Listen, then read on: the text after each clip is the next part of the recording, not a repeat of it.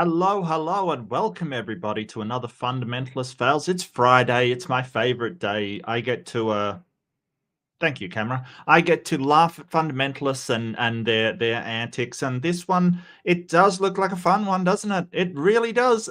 This was something I came across. It was called Impact Ministries. But first, I do have a little bit of housekeeping to keep up. I am working on something, and hopefully, I'll have it out soon.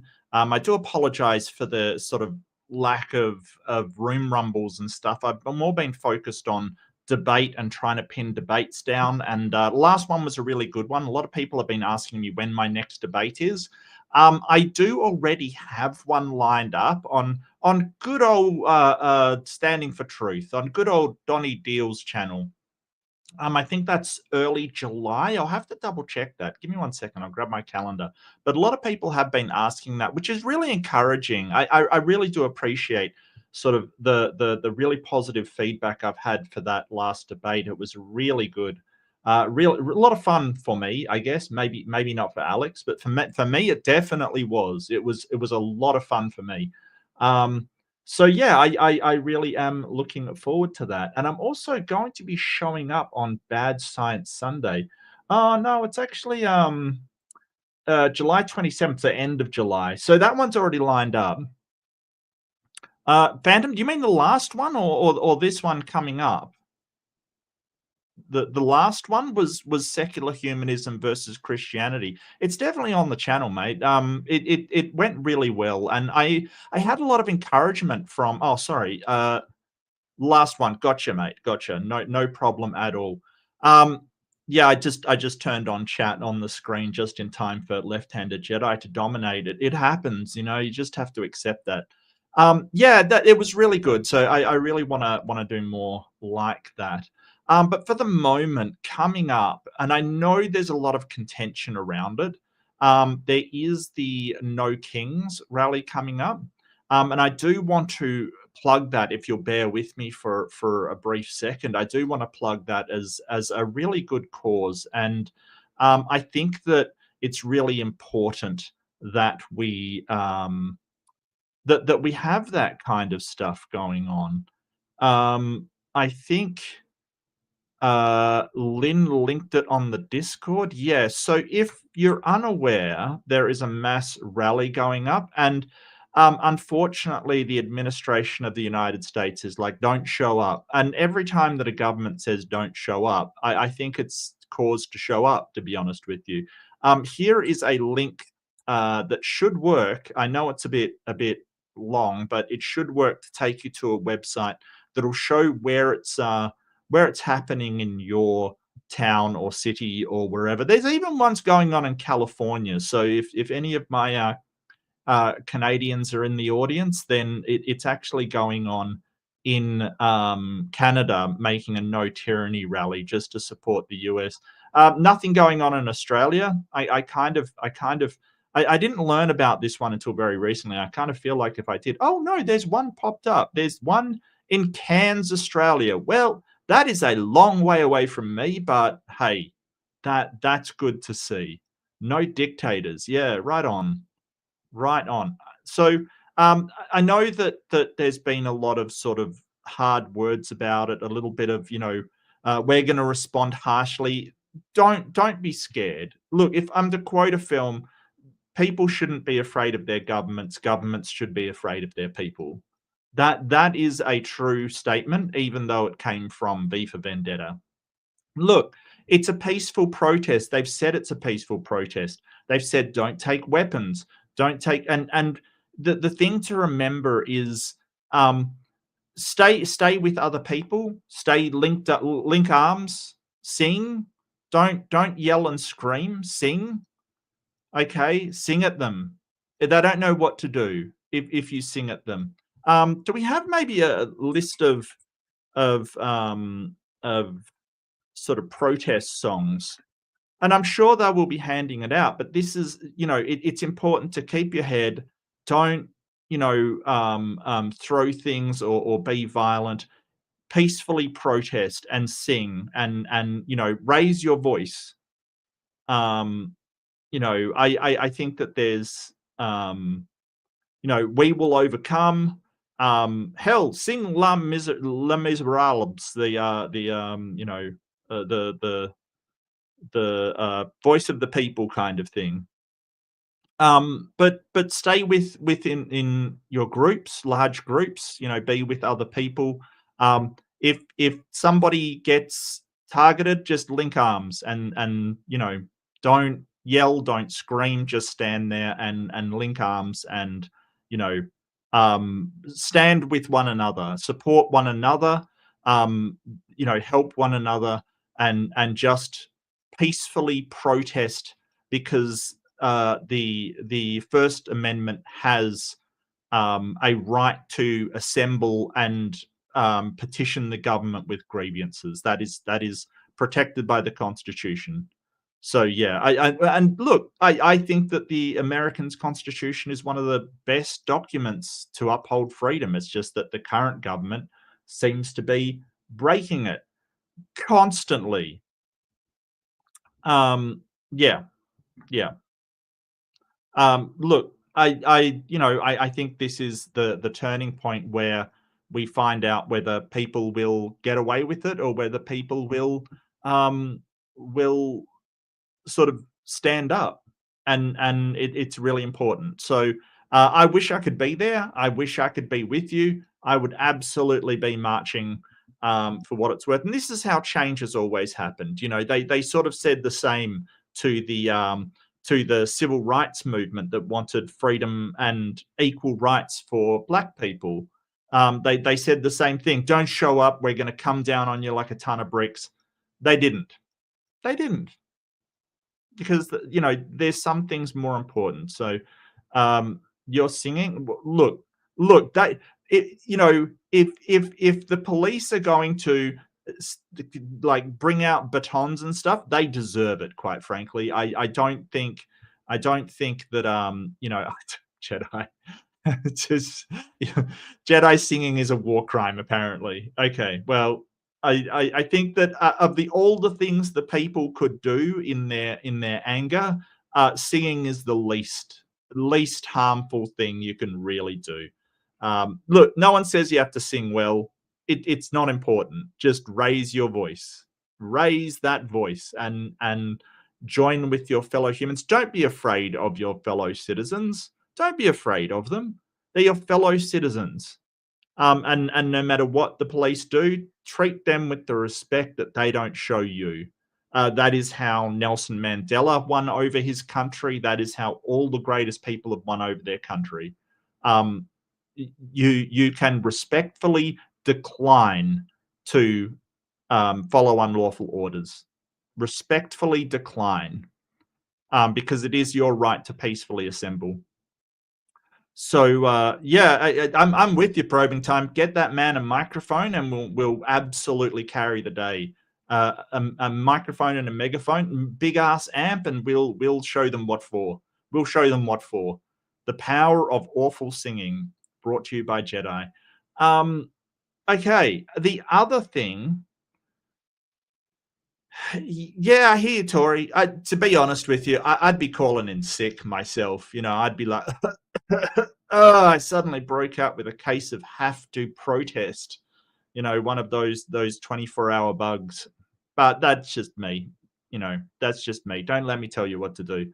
I don't have that right. I'm not even in the country. I'm spewing I'm not in the country. I like a good protest. I enjoy a good protest. The singing, the camaraderie, the shouting stuff. It's fantastic. I love a good protest, especially when the cause is helping people. Like that is a great day for me. But I haven't been to a good protest in a while. We haven't really needed one. We haven't really needed one. I haven't been to a good protest in quite some time. I think we had like a gay rights protest was the last one I went to a while back. I think it was that, or it was a trans rights protest. I can't remember which it was. Like I've been to a lot, and it always feels good to get out there. Anyway, the other protest that's coming up, and sorry to do this housekeeping before I get into it, but I did promise Joe, the Kentucky atheist, that I would try to get the word out about his Ark Encounter protest, which is a bit nearer to the atheist heart, because that's sort of, that is the overlap between sort of um, religion and politics kind of thing. They shouldn't be entwined, but unfortunately, the theists make them entwined. Like nobody from our side wants religion and politics to go together. Like we just want it independent. But unfortunately, the theists can't seem to get the memorandum. Unfortunately, I mean, yeah. Anyway, just 1 second, and we'll start this rolling.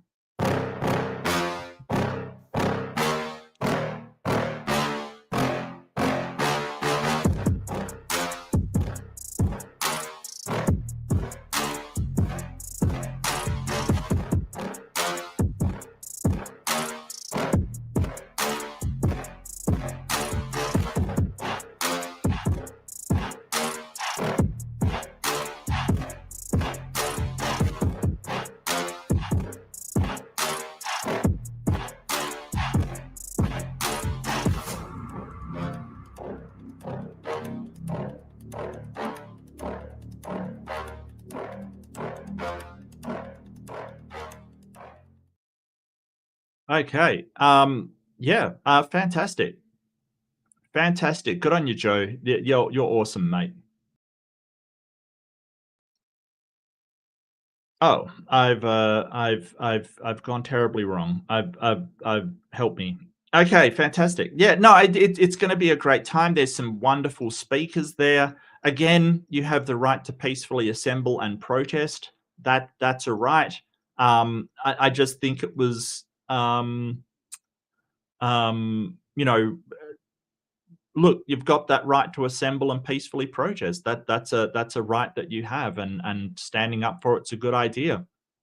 Even if you can't make it, just lending your support online is good too. Just however you can support. Whatever you can do is fantastic. But like, it doesn't cost anything to be there and standing with people.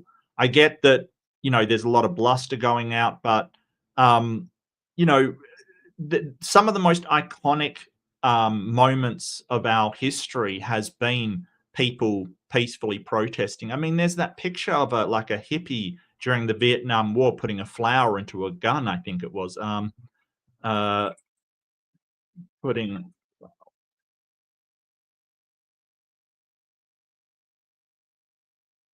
yeah, like a hippie putting a flower into a gun barrel. That is now iconic. Like, and they just responded to sort of hate with peace, with respect, like they peacefully protest. And yeah, pretty iconic now. Anyway, let's get on to this video. It's not a particularly long one. But he does seem to do a lot of stuff, so I should be able to maybe what I can do. Oh my God, Darwin on the left looks like he has a finger up my butt. All right, that's interesting. Maybe we'll do a thing then. Nah, screw it. Darwin can put his finger wherever. I think he's earned the right. I think he's earned the right. What have I done? What have I done? There we go. Look, just try and ignore it, okay? I know I've drawn attention to it now. Try and ignore it, okay? So this is Impact Ministries. Now, Impact Ministries sounds like to be honest with you, Impact Ministries, it sounds like a very religious print shop. Where you go for printing and stuff, like Impact. I don't know why. It sounds really, come on, we've known that all along. I'm a finger puppet, pinworm. Come on now. It's just I'm Titan Uranus's finger puppet. That's basically it. So look, Impact Ministries, they basically do these little silly cartoons, and this one is called 3 Proofs for God Existence. And I hate when they use proof. Proof God exists using 3 simple arguments. Okay, so these 3 arguments, to be honest, you've heard them before, but probably not as badly as this, because he really they're not the arguments. Well, they are, but they're sort of explanations based on the arguments. So, I'm not going to be technical about it. He's sort of said, but anyway, let's watch and see what he's got to say. The question of whether or not God exists is a common question that many people ask. And the existence of God is one that is heavily debated between believers in a higher power and skeptics and atheists. Well, yeah, and also which God exists is also another question that is debated between believers themselves. So it's not just does my God exist that's debated between atheists and theists. It's also does my God exist debated between, say, Christians and Hindus, for instance, or Christians and Muslims, because they don't believe in that other God. They think that one doesn't exist. The Muslim doesn't think that Jesus Christ is a God. So, they would say Jesus Christ, the Trinity does not exist. So it isn't just like sort of atheist versus theist. And admittedly, that comes up a lot. But we've got to remember that, like, they don't believe in anybody else's God either. And many times people who don't believe in God will ask for hard evidence for his existence. And they'll challenge Christians and tell them, show me proof and I'll believe. And to be okay, so let's distinguish hard evidence from proof, right? So proof usually is sort of, it's kind of inerrant evidence, something that can't be wrong. Like when you have a mathematical proof, it can't be wrong within the structure of math, right? Like it absolutely is true within the language of math. Like, so proofs don't really exist in real life. Like there's sort of local proofs within science. We can sort of, based upon the axioms that we've got, make local proofs, or it's easier to disprove stuff, right? But, there's no real proof within science. There's just evidence. And then we formulate our best models, and that becomes theory through hypothesis, falsification, testing, and then, we try to falsify it. If we can't, that becomes our best model. So proof doesn't really exist. But the other question is, what's hard evidence? Like he says, hard evidence. Well, yeah. So, sort of evidence that's soft is really, it's almost subjective. It's up for interpretation and a lot of vagueness. Like, so anecdotal evidence. So people just saying, hey, I found this, is kind of soft evidence. Hard evidence is more, hey, we did scientific testing, or we did, we have things that we can be demonstrated up front, kind of thing, right? So if I bring you a murder weapon with that was found in somebody's house, that would be hard evidence, right? While, somebody saying, hey, I saw him around at that time, it's circumstantial, it's soft evidence. So this is sort of what we're talking about, whether it actually can be demonstrated or not. So hard evidence is a lot stronger. I don't know of any hard evidence that they bring. And this is why, and I do want to say, he's not bringing hard evidence in this video, right? This is arguments, which arguments are just logical inferences. They're logical they're the softest evidence you can get. It's like going into a courtroom and saying, hey, he had motivation for doing it. Yeah, logically he did, but that doesn't answer the question. be honest, Christians can't give hard evidence that God does exist. However, just because believers can't show God physically, they can't seem to even get soft evidence that God exists. They seem to rely on arguments.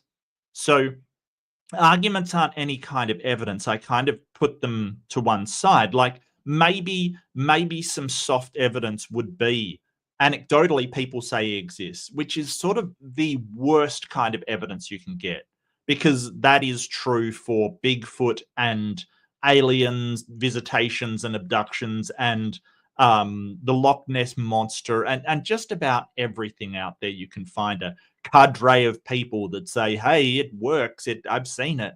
So it's really, really, I suppose it does count as evidence, but I mean barely. Come on.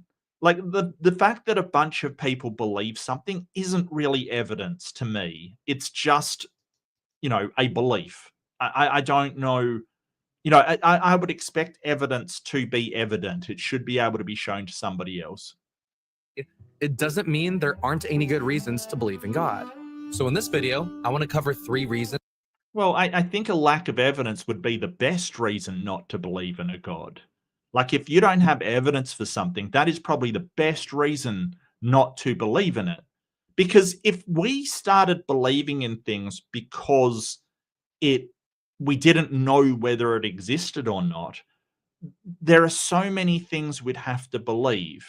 Because when these subjects are unfalsifiable, when you can't actually falsify whether they exist or not, you're basically saying, hey, we have nothing to show it exists, and we have nothing to not show it exists. If you do that for everything, you would have to believe so many contradictory things. So it is way more rational to believe what you have evidence for than believe what you don't have evidence against. Does that make sense? Because if something's unfalsifiable, you're not going to have any evidence against it. And if I say, hey, there's a magical leprechaun in my room, well, you can't disprove that. So you would have to believe it if you're going to be intellectually consistent. But the thing about theists is they always just apply that to their God. To other gods, that's ridiculous. That's unfalsifiable. You're just making it up. To theirs, they want to apply that criteria only. So it kind of suggests to me that they are being they're sort of cherry picking what they want to apply this methodology for and what they don't want to apply it for. So when it comes to their God, well, you don't know, you should believe. Other gods, you don't have any evidence, don't believe it. It seems very, very, cherry picking to me. Why people can believe in God. However, I should mention that these arguments should not be abused. They should not be how are the arguments? Yeah, okay. So basically, this is funny because he basically goes on to be, these arguments shouldn't be abused. Like, they're this power, they're this strong, incredible arguments. Sure, bring them on. For example, many people can enter into a debate of sorts and have the mentality to win and will refuse to listen to the other person and will only look for moments to make the other person look stupid for their lack of knowledge. Even now as I write, I know many people will watch this video with the mentality to prove all these reasons for God's existence wrong. And they'll show it in the comments. And that's honestly fine. But know that if you're a Christian, know that these 3 arguments that I'm about to cover are meant to promote discussion. And yeah, I've got no problem with that. I mean, the arguments that he goes through, that I've talked about them a lot, sure. And I like that he's saying, hey, to the Christians, hey, don't go out there and use them to create arguments and, sort of, not arguments as in logical arguments as in conflict, basically. And I would say the same to atheists, but that's no reason. The problem comes that when they come across with these arguments and it's kind of the only things that they've got, they get mad when you start pointing out the logical problems with their arguments. Like, when they have problems, they then want to be a dick, basically. They want to be harsh on you because it's kind of all they've got. Most atheists I know, and if you're not doing this, would say, hey, if you've got evidence for a God, or if you've got something that can show a God, please do bring it. Give you every opportunity. Present these arguments, sure. And I think my role on YouTube is to sort of provide my perspective on why these arguments aren't very good. That's all I got to say. That's, if someone gets upset by that, that's not on me. That's their problem. Welcome to the last day of Spooky Bedhair's birthday week. Celebrations. Awesome. Happy birthday, Spooky. Can we have some emojis in the chat for Spooky? Whatever you feel appropriate. Please be kind to Spooky Bedhair. I have known Spooky Bedhair for, I don't know how long now, years and months probably. I've known Spooky since I think Amy Newman's channel, and yeah, Spooky's been giving me grief for at least that long, at least. Um, there you go, Spooky. Happy birthday, mate. Wow, you're old. I got to say that. Are you seriously 13 years older than me? Congratulations, Spooky. That's awesome, mate. That's absolutely awesome. Yeah, Amy's Place. Yeah, absolutely. Some of the best people. Yeah, no, much love, Spooky. Much love, my friend. Sorry, that aside, I look, I need some good news, quite frankly. With everything that's going on, I need some good news, and that's awesome news. That's awesome, Spooky. I love it. Yeah. And to get people to consider that God may actually exist. So should you use them, be humble about it. That's good advice. I got to support this. If you're going to use these arguments, be humble about it. Sure. Yeah, absolutely. At least he's saying that. Like, I appreciate it. You know, I really do. Hey guys, thanks so much for watching our videos. And if you haven't already, please don't forget to like and subscribe. Also, yeah, I think he sounds like Impact Ministry sounds like an overly Christian print shop. I gotta be honest with you. It really does. It really does. I recently made a new design for some of our shirts and sweaters. With our Impact logo, I attached the Japanese phrase chotozutsu, which is translated little by little. So if you'd like one, or if you'd like to support us in this way, you can click the link in the description below. There you go. He goes on, I think he does a promo, so I'll skip past that. I do apologize. I'll skip past that. Yeah. So yeah. I said something to Lynn this morning as well. Like, just on you know, tangents in the chat. I know, but on Donald Trump's blustering, I think that he's all talk. To be honest with you, and I thought to myself, Donald Trump is the Steven Seagal of presidents, right? Like, he really tries to be something he's absolutely not. I absolutely, like, I want to get paid. Like, Donald Trump is the Steven Seagal of presidents. Like, honestly, he is such a freaking fraud. Just that aside, I said that this morning, and I said I'd use it on the show today. So mission accomplished. You know, lots of wins in the chat for me. I got it out there. Thank you. All right, so let's go back to the video. Yeah, I'm sorry about that. He did a promo. I appreciate that he wants discussion. I really do. First off, the line is obviously the cosmological argument, which is the cosmological argument. And while I could go through the argument in detail, where I go through each premise, I think it's better to explain it in a way that you can use it in a conversation. And if that doesn't make any sense to you, that's fine. All you need to know is that I'm going to break down this argument simply, because you don't really need to know the premises unless you're in an actual debate. Yeah, so I do agree with this. And I think that people, look, there's two sides to this coin, okay? There's two sides to the, you've got to give this in a syllogism coin, right? If you're not in a debate, what are you doing? Like, seriously. Except if they're using a transfer from the actual syllogism. So this, mostly the main cosmological argument is the Kalam cosmological argument. Everything that begins to exist has a cause. The universe began to exist, therefore the universe has a cause, right? That's the original cosmological argument. Now, asking for, like, if you're sitting there and you basically trot that out as a theist, and then an atheist says, well, you've got to put it in a syllogism. Come on, what are you doing?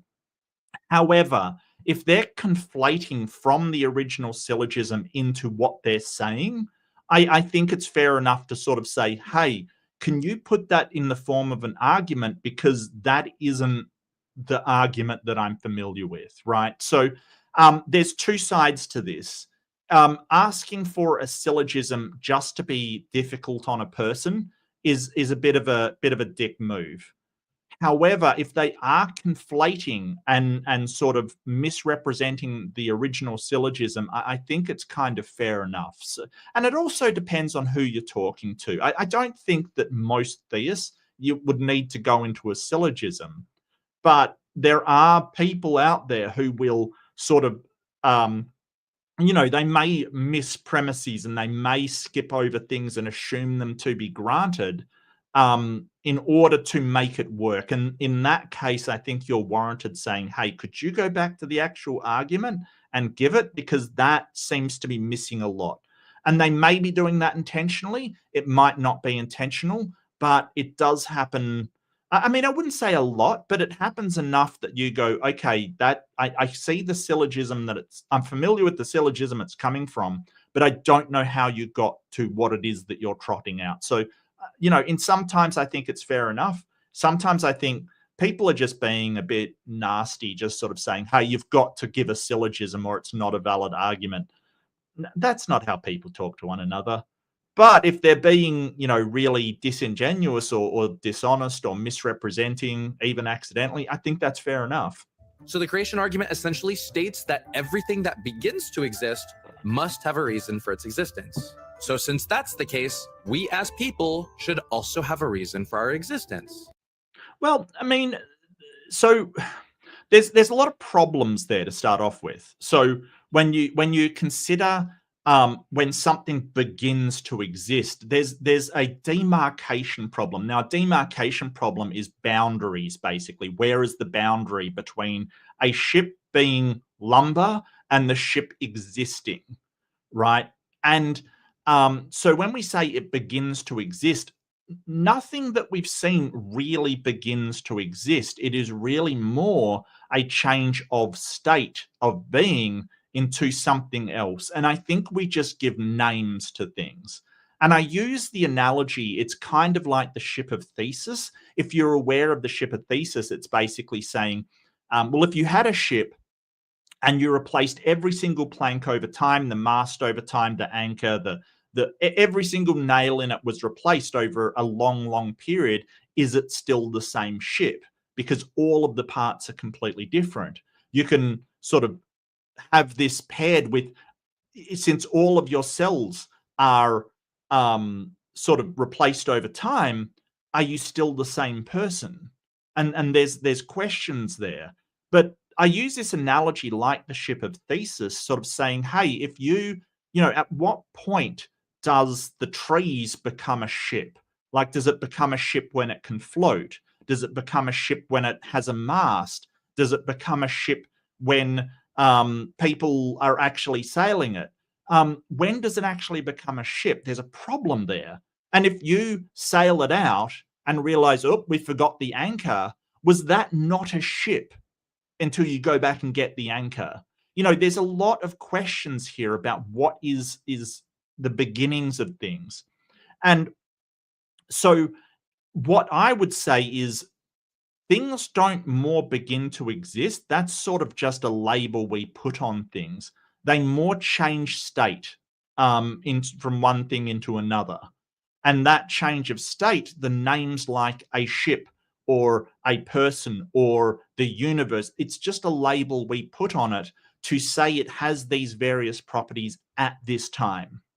So there's no real underlying thing that exists. It's more just that energy or that matter changed in such a way that we now call it this other thing. It's like that if you have you cut down a tree and you have a stump, right? And then somebody sits on the stump. At what point does that stump become a chair? Because if nothing else changes, like it still has exactly the same material and everything, and it becomes a chair at the moment someone sits on it? Or is it the moment that someone decides to sit on it?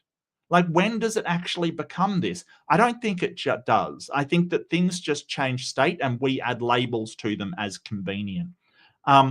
So that's the first problem. The second is that there might be multiple reasons for something's existence. Like it isn't always just one thing. There might be a whole conflation of things. Like you don't exist because your mother gave birth to you. There's a whole load of reasons, like including your father, that had for the reason that you exist. There might be a multitude of reasons. So the whole thing about there being a reason for existence sort of implies that there's only one, and that's not the case in most scenarios. So I don't know that I would agree with all of this. I think that we have a demarcation problem in terms of beginnings. And I think we've got a sort of, they're simplifying it down to a reason rather than there are reasons for things' existence. And I agree, there are causes for the state of matter or being changing from one state to another. I agree with that, sure. What that may be doesn't have to be one thing. It just doesn't. So this is the way it works. Everything that we see has a cause for its existence. For example, we can look at a building and we can safely assume that there were architects and construction workers that were responsible for making it.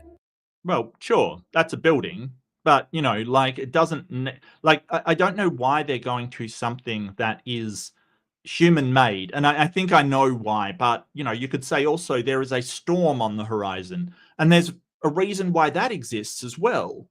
Like that storm is there because you know there was a high pressure system caused by the sun and a low pressure system caused by you know wind coming up from over the mountain. You know, there's so many reasons, but that has a cause as well. But we wouldn't say, hey, it has an architect and a builder. No, it's a conflation of a whole bunch of load of stuff. You know, so I don't think that it sort of is a particularly good example. On top of that, paintings come from artists, dishes come from chefs, and forests come from seeds, and mountains come from the Earth's tectonic plates moving. Well, at least he's on board with tectonic movement. I do like that. I do like that. Yes, the Kalam, yeah, William Lane Craig's Kalam depends on time being tensed, because they sort of say, hey, you can't have an infinite amount of time, you know, the idea that time is tensed, we basically know that it's wrong. So this whole idea is you know problematic. Yeah, I don't think there is that much debate over like with physicists over which model of time is true, mate. I don't think physicists are really in debate about that. You know, ever since Einstein and Hawking, we kind of, you know, the idea that time is tensed is you know, it's a very, very small minority that think that, as far as I know. But, you know. So the idea is that all that we see needed to have some kind of cause, and our universe isn't any different. According to science, our universe is expanding. And if it's continuously expanding, then if we were to rewind time, there had to have been a point in which everything started. Well, sure, I guess. I mean, if everything expanded, there must be a starting point to that expansion. But we don't know that's the starting point to the universe. So this is just a problem with him not understanding that Big Bang Theory. It doesn't actually say that the universe had a starting point, right? Big Bang Theory just says that the expansion, the inflationary period. Yes, yeah, absolutely. Yeah, Leah, I'm with you. I don't know any physicist that would agree that it's tensed, but you know, uh, I could be wrong. I could be wrong. Um, so the inflationary period and sort of the problem here comes when they say that the universe began to exist, and we don't know that's the case, right? Because the problem is that the beginning of the inflationary period, sort of that was the beginning of space time. So before time, is a nonsensical statement. It doesn't make any sense. It's kind of like a category error. It's kind of like saying, what does color sound like? It doesn't make any coherent sense to say before time or before space-time. Yeah, and that's a good one, Leo. North of the North Pole. Yeah, what's north of the North Pole? It doesn't make any sense whatsoever. So a lot of theists will start talking in terms of um, um, eternal, right? They say, well, God is eternal. And what does that mean? What does eternal mean? It means sort of in a tense time, or a time that is sort of fixed and discrete sort of running. It means it lasts forever. And another way of looking at this in tenseless time, or time that is equally valid at all points, is atemporal, where there is no space-time, and it's hard to wrap your mind around it. But sort of an atemporal state, as far as I would be able to understand it, would be both instant and last forever. But that's a really bad way to describe it, because forever, there's no time to be forever in. It would essentially be instantaneously everlasting, but there's no lasting, because like these words we're describing it with are keyed to time. But something in this state would literally have no time. It would be literally no time at all, if that makes sense. It would literally be no time. It would be less than instant, if that makes any sense whatsoever. It would be less time than instant. No time at all. And in this state, the universe could exist forever, because there is no ever. The ever is that single instantiation, because there is no time. So it is feasible that the universe could have not begun to exist, right? Like there is the universe just changed states from a atemporal state to a temporal state. That's it. Now, I don't even know if that's possible. I'm not saying that's the case, but I'm asking, how did you rule that out? And how did you rule out every other cause except for a god? Like, maybe it's a child universe. Maybe a black hole in another universe gave rise to this universe. We don't know. But this guy's saying, hey, I know the cause, and the cause is God. Great. Show that. Not just the universe had a cause to exist. So the question is, how did everything begin? And the answer to this question is still a mystery in science, because we obviously can't go back and observe how life actually began. Yeah, it's still a mystery. I don't know why he's talking about life. He's talking about the universe, which was far before anything alive, like way before anything alive. But you know, it's a mystery to theists as well. They don't know how it was caused, right? They just basically say God did it. Well, that's still a mystery. How did he do it? They don't know. Well, then you haven't solved the mystery. All you've done is just put up a firewall saying, well, God is this being, and that being, you can never know what he's done. Well, that's still a mystery. It's still an unknown. So they're not actually telling us what the cause is. They're just assigning it to a designated agent, and then saying, well, we can never know. Don't even look. So the creation argument pretty much states that because things exist, things like the universe and its galaxies, stars, and planets, and the earth with its land, seas, and people, then something or someone had to be responsible for its existence. And while people may argue and say, well, maybe the universe was just always here, to that, I'd say that the universe expanding is proof that our universe isn't infinite. Because so I don't know. I don't know if infinite things, like truly infinite properties, can exist in the real world, in reality. definitely by using sort of a cyclical measurement. And what I mean is by going over things. Like, for instance, if you walk around the Earth, you can go infinitely, right? Like, there's nothing illogical about that. But as far as infinite space, I'm not sure about that. So the Earth has um, a finite amount of area on it, but you can travel within that infinitely. And I think the same would apply to the universe. I don't think anyone's saying that the universe is infinite. I think that they're saying that it's and try to get your head around this if you can. It's finite but boundless. Like, if you keep traveling, you'll come back. Just as if you're walking around the earth, you'll come back to where you started.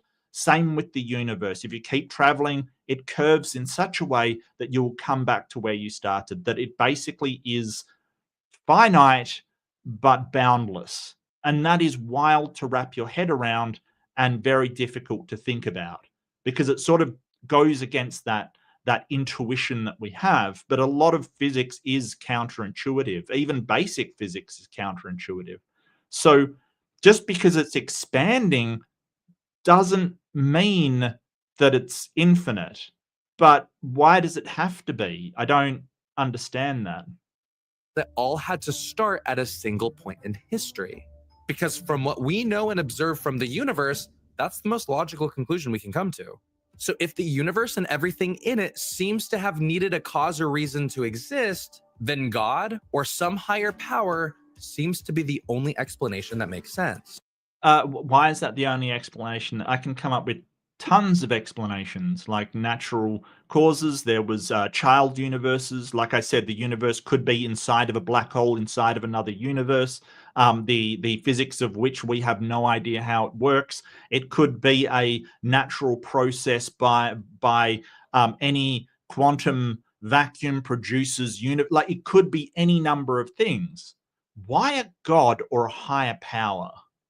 Like, I don't know how they jump from one to the other. And this is a problem, because they want to say, well, it's a god.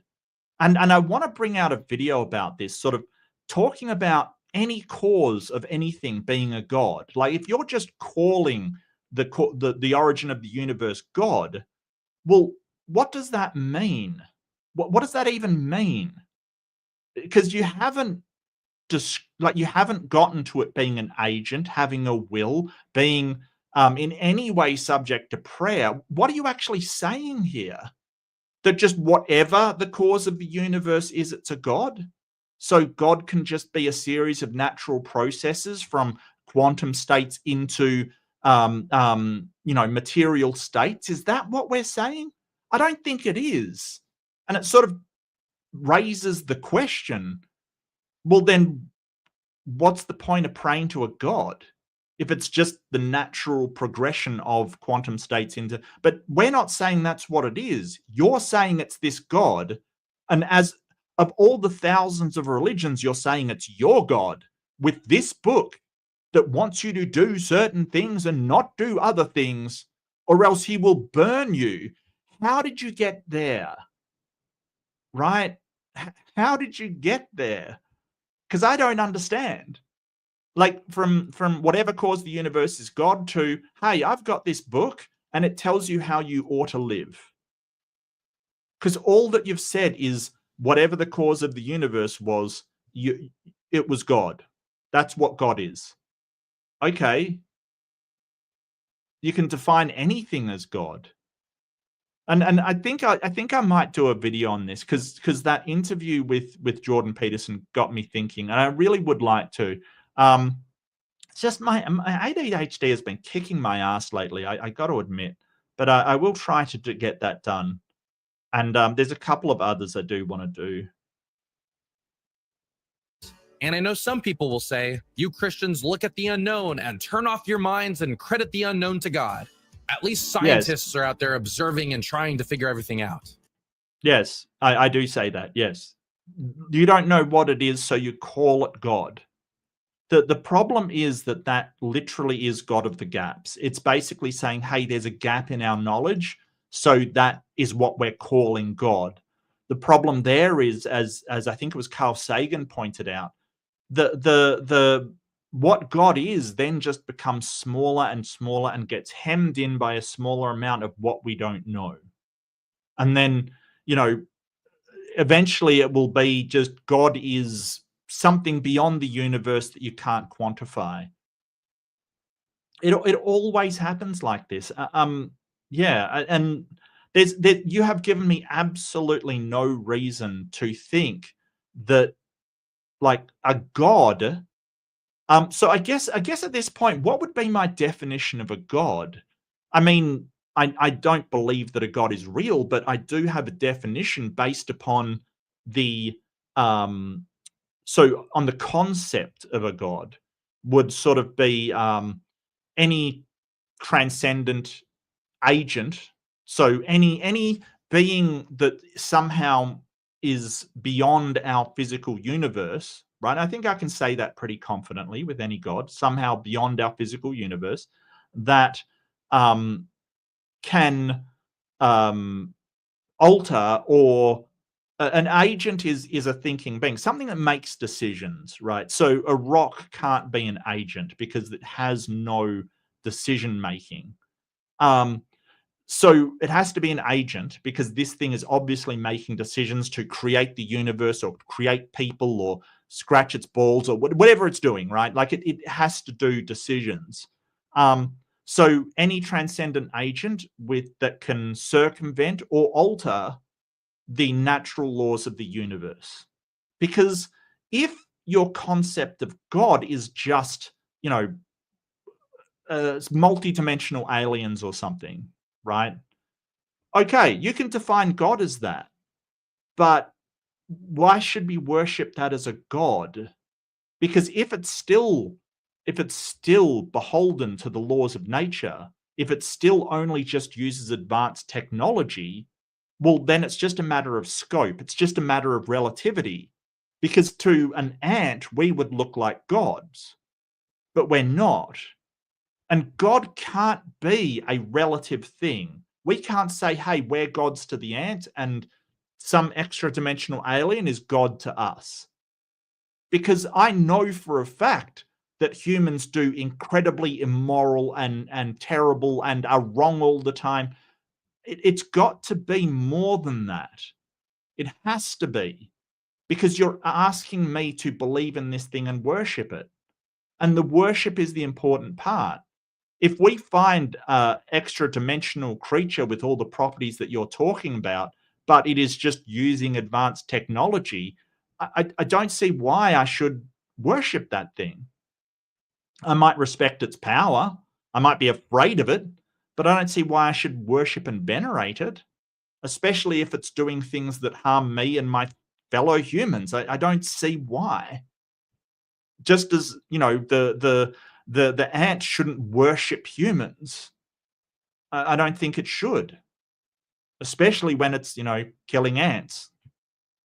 Seems a bit bad for its own well-being, I think. You know, back when I was in college, I sat in one of my friend's classes, and JP Moreland was the professor, and he taught his class something interesting.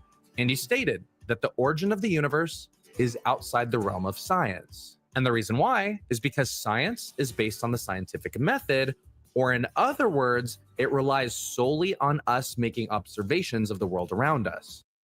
Yeah, I don't think the origin of the universe is outside science.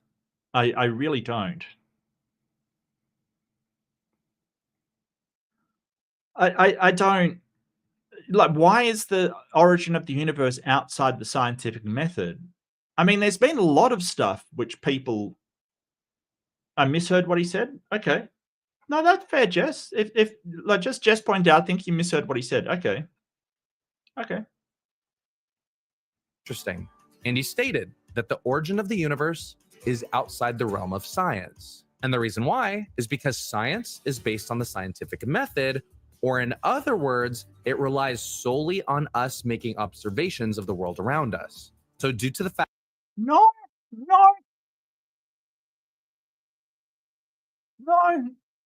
The thing you misheard what he said? Oh, right. You're talking to the video, right? Sorry there, Jess. I gotcha. Yeah, but I mean, it was JP Moreland, which is a Christian apologist. Like, I think this guy went to Biola because that's where J.P. Moreland sort of did his thing.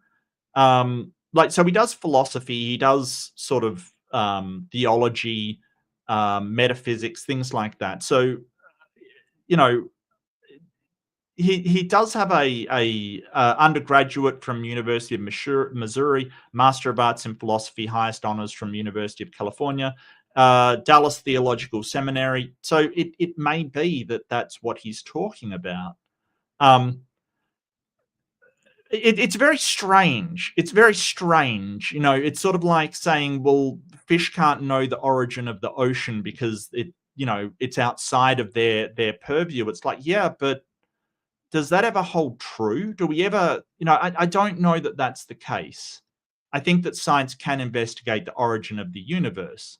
I mean, whether we get an answer or not is a completely another story. We may not know, but investigating with science is a lot better than assuming a god did it and just saying, well, how he did it's mysterious, and we don't investigate that.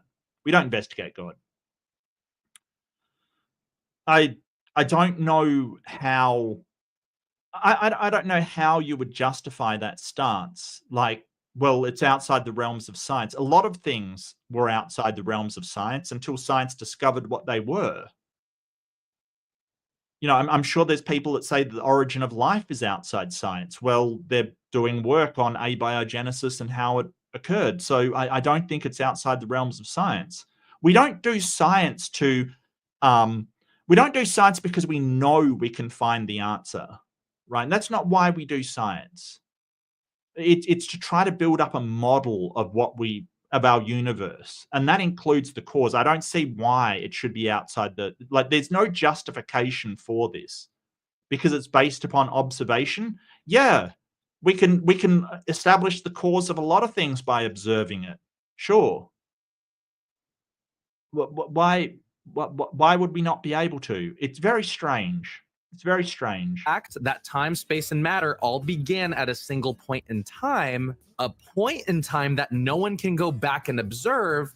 Science then cannot answer the question of how the universe began. So Moreland, the professor, then asserted that the question of how the universe began should actually be answered in the realm of philosophy. Oh, get out of here, man. Like, seriously. It should be answered in the realm of philosophy? Really? Really? Okay, philosophy's good for asking questions, but I mean, if you're looking at the origin of anything, philosophy, don't forget that philosophers came up with the spontaneous creation model of organisms popping into existence, out of mud and things, and flies popping into existence because we didn't understand microscopic things. So they thought that life just popped into existence. That's what they came up with because that's what they saw. And sure, it was wrong. That's where science takes over. We try to falsify these things. I just, this seems like I don't want science to investigate the start. I want to believe it's God. Okay, that's great. But it doesn't mean we're not going to investigate. Wow. Not science. And I thought that was interesting. For me personally, if someone were to tell me, you're just turning off your mind and crediting the unknown to God, I'd respond, I'm not turning off my mind. I just think that a higher power that is greater than time, space, and matter can only be responsible for creating the universe that we observe today. Yeah, that's not the problem, though. When asked for the evidence of why you're making that conclusion, it's a lot of it will come down to faith. You will find this, that there's no real justification for it except that they believe it. And that isn't a good epistemology for analyzing whether something is true or false. So it isn't so much that you believe in something that we're questioning your methodology for believing it. Like, how is that reliable? Because there's a whole bunch of people doing the same methodology, just thinking that it was a god and coming up with a different god and a different creation story, I might add.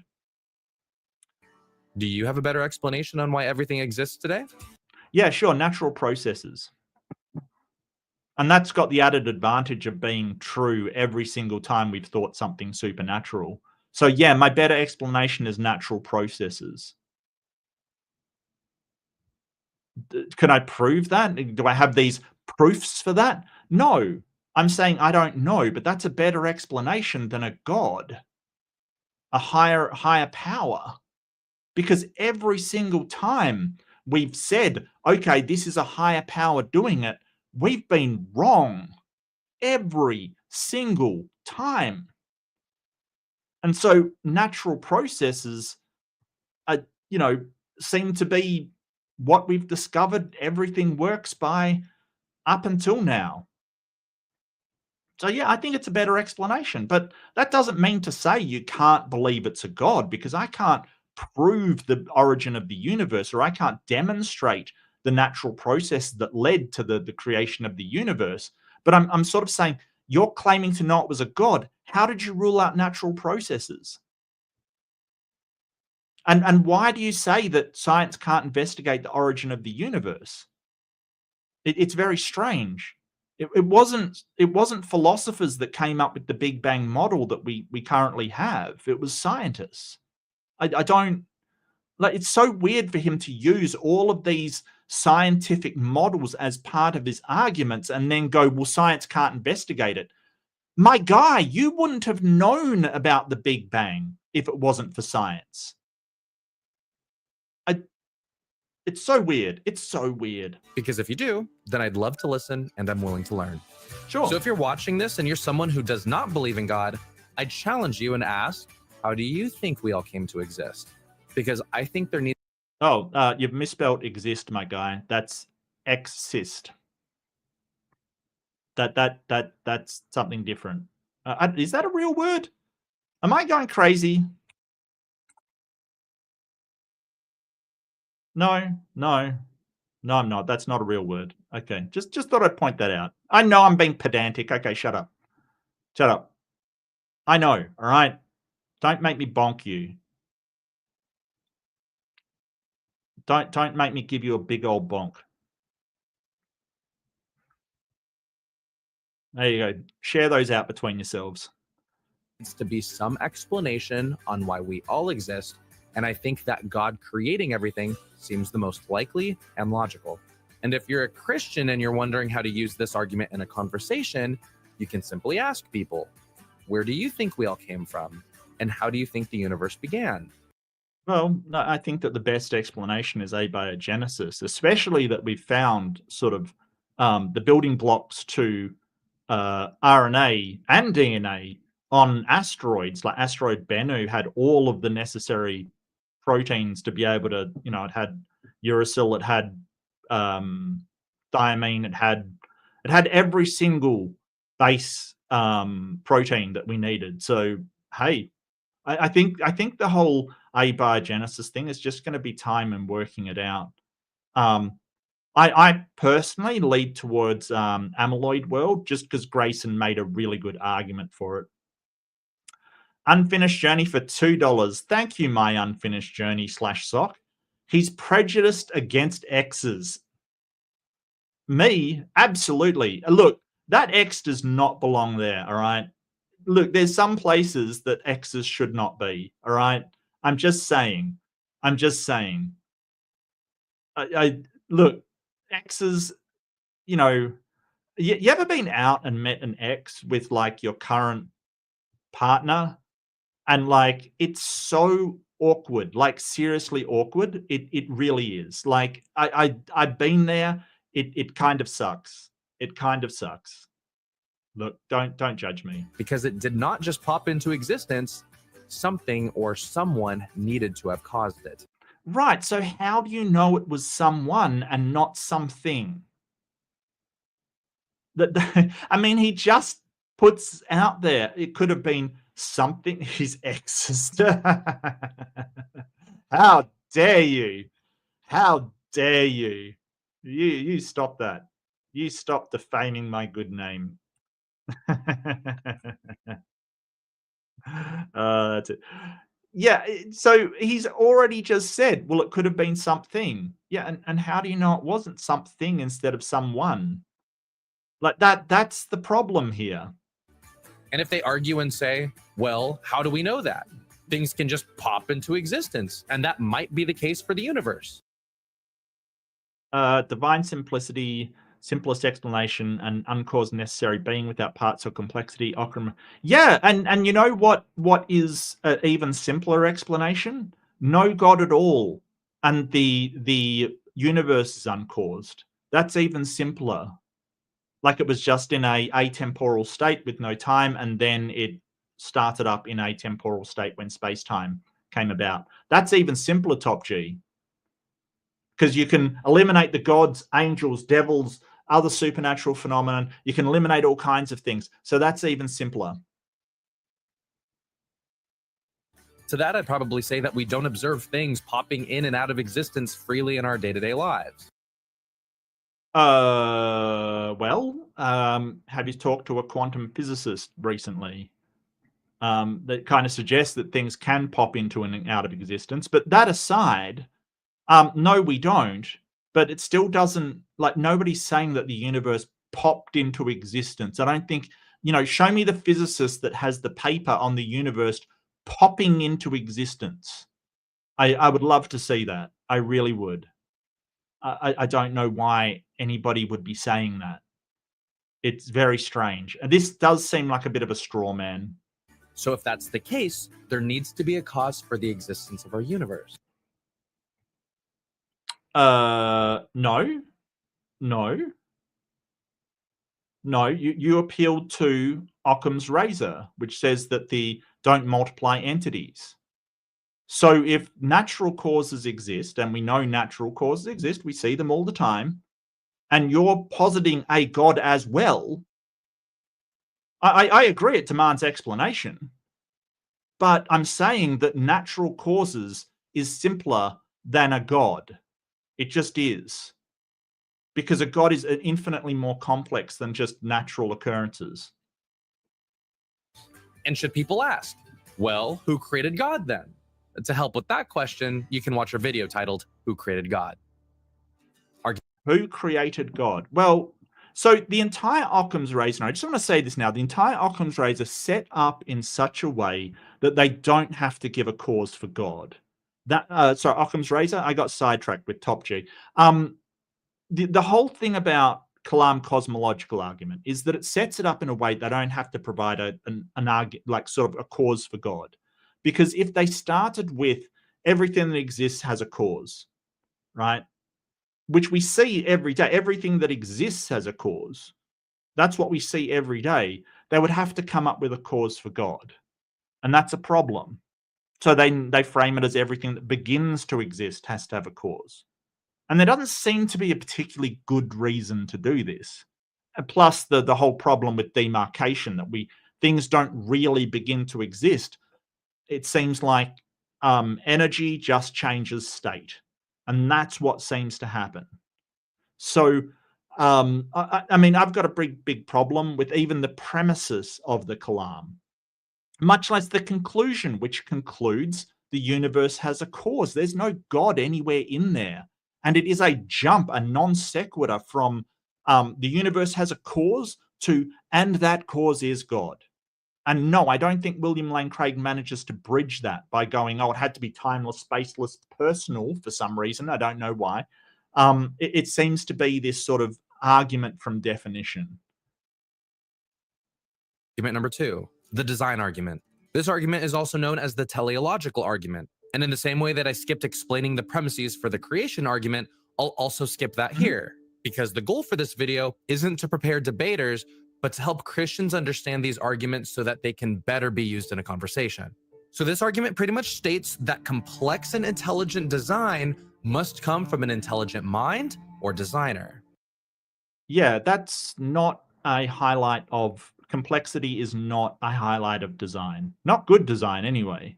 Simplicity is a hallmark of good design.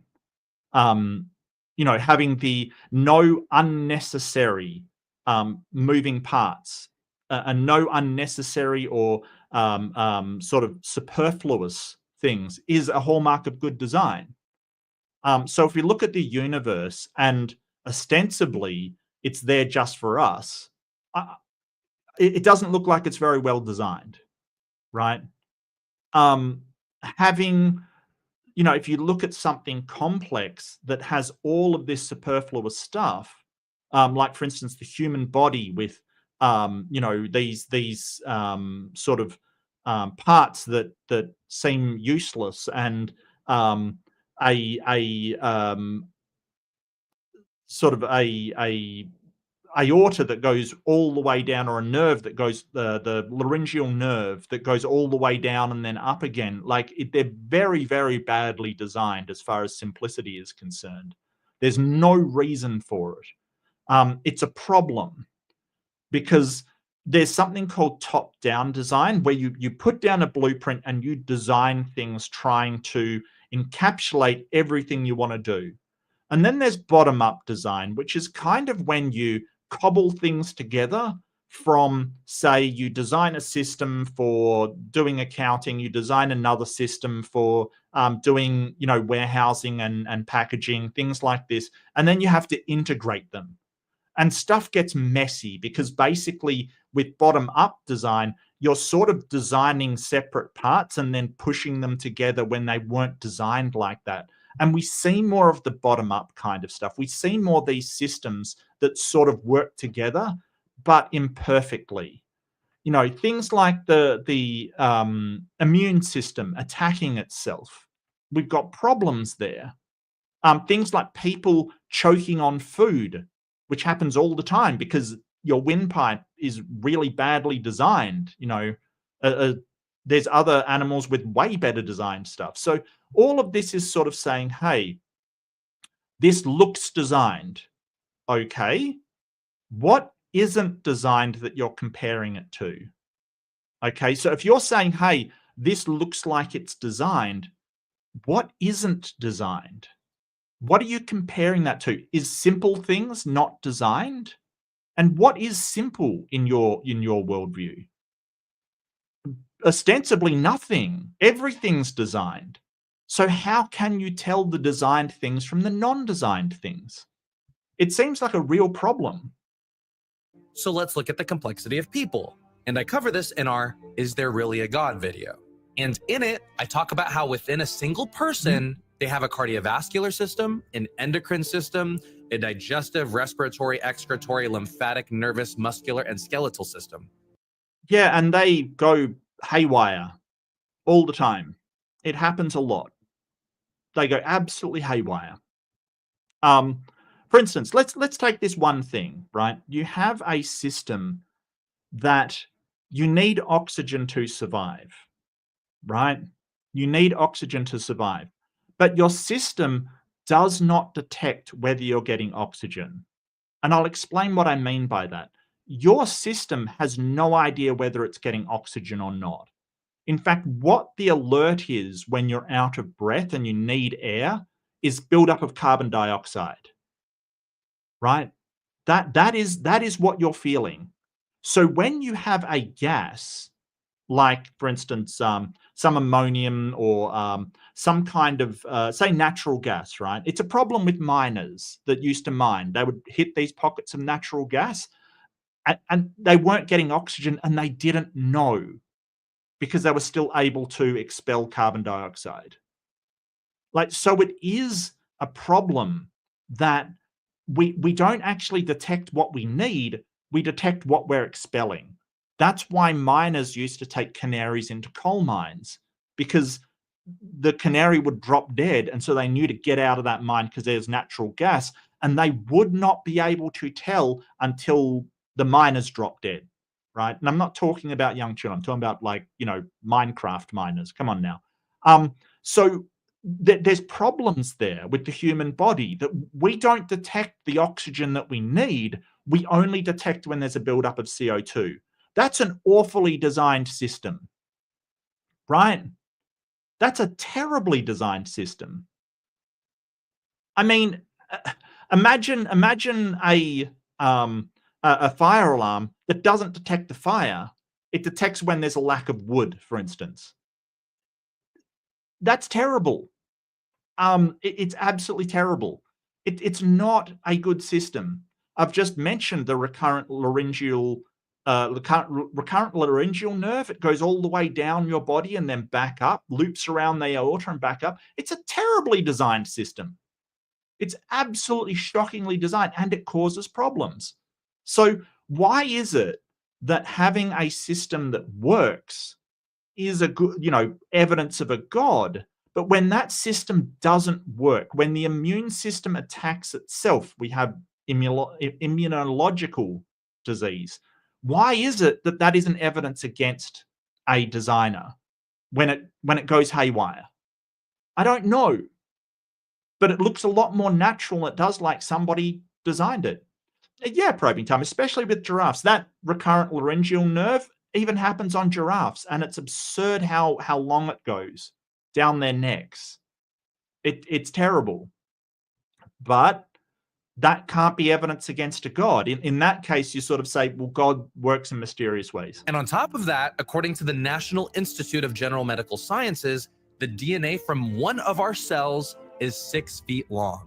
So if we were to uncoil all of the DNA from all of our cells, it would amount to being 67 billion miles long. And to give you a better idea of that length, we could take 150,000 round trips to the moon with that much DNA. I don't know. This seems to be big number scary. Like this is just big number scary. Yeah, DNA is incredibly thin and coiled up in chromosomes. What's his point here? I don't. But see, he's talking about like it's 67 billion miles of completely different DNA. No, all of the DNA for the cells are the same, and all that varies is sort of, epigenetic markers that turn on and off depending on what the cell has to do. Like, what is this proof?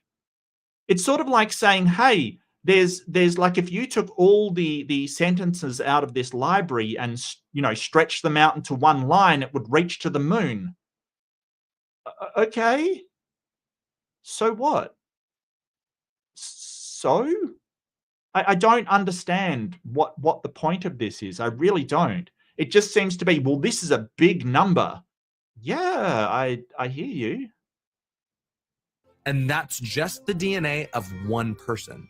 So the design argument would suggest that a person is too complex. Yeah, that's because it copies and replicates. Like it's all a copy of itself. It's not different DNA. What is the point? I'm complicated. Yeah, which is kind of like, against design. Because if it was designed, it would be a lot more efficient. A lot more efficient. Wow.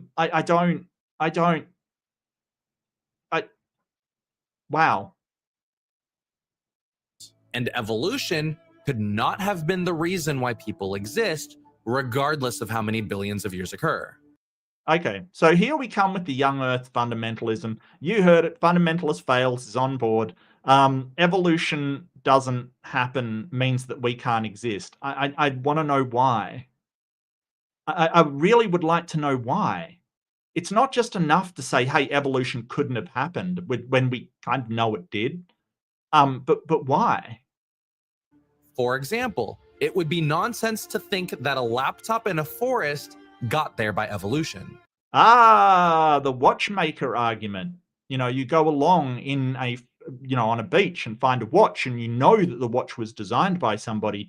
Yeah, but the problem there is in the forest, those trees were also designed. The soil you're walking on was designed. Everything was designed. So why does the laptop stand out? Why does it stand out? Because according to you, everything was designed.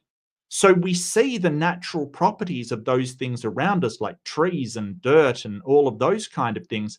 And we see something artificially made by humans, right? And we go, that's different. Yes, because it was made by humans, not because the trees and everything were designed. Like this analogy is terrible, and I don't know anybody that's still using it. To sort of, most teleological arguments don't follow the watchmaker analogy, because it is so bad. Most of them go for, hey, there's this, infinitely impossible chance that the universe formed like this. And I've got issues with that as well. But this one is not good, because you're saying, hey, that stood out because it's complex and is designed. So you can look at the world and say that's complex and designed. But why does it stand out then? Because the trees are complex and designed, the dirt's complex and designed, everything that you're seeing, the sky is complex and designed. Everything's designed in that scenario. So why are you pointing out the laptop? The reason why is because you know it was made by humans. If somebody, just say from primitive, some Neanderthal from primitive deserts or something, let's say it's a Homo erectus or whatever, and he'd never seen trees before. If you put him in a forest with trees and a laptop, he would probably respond to the trees exactly the same as the laptop. He wouldn't know what they are. It doesn't mean he can automatically spot that one's designed by humans. He wouldn't know what any of it was, even though it's naturally occurring. So, I don't know why this is a thing, because like you're saying, hey, this laptop, we know it's designed from the things around it, but the things around it were designed as well. So what's your criteria for designed? Complexity? Well, I've got a really simple coffee cup here. It's really simple. It was designed. So it can't be complexity. Because even if all the necessary parts of a laptop were in an area and that area was untouched and nature just had its way for billions of years, a working laptop would not be the result. It's odd that he's using a laptop comparison when he's sort of, a lot of theists compare DNA to code kind of thing. It's just interesting. But yeah, we know that humans make laptops. That's why.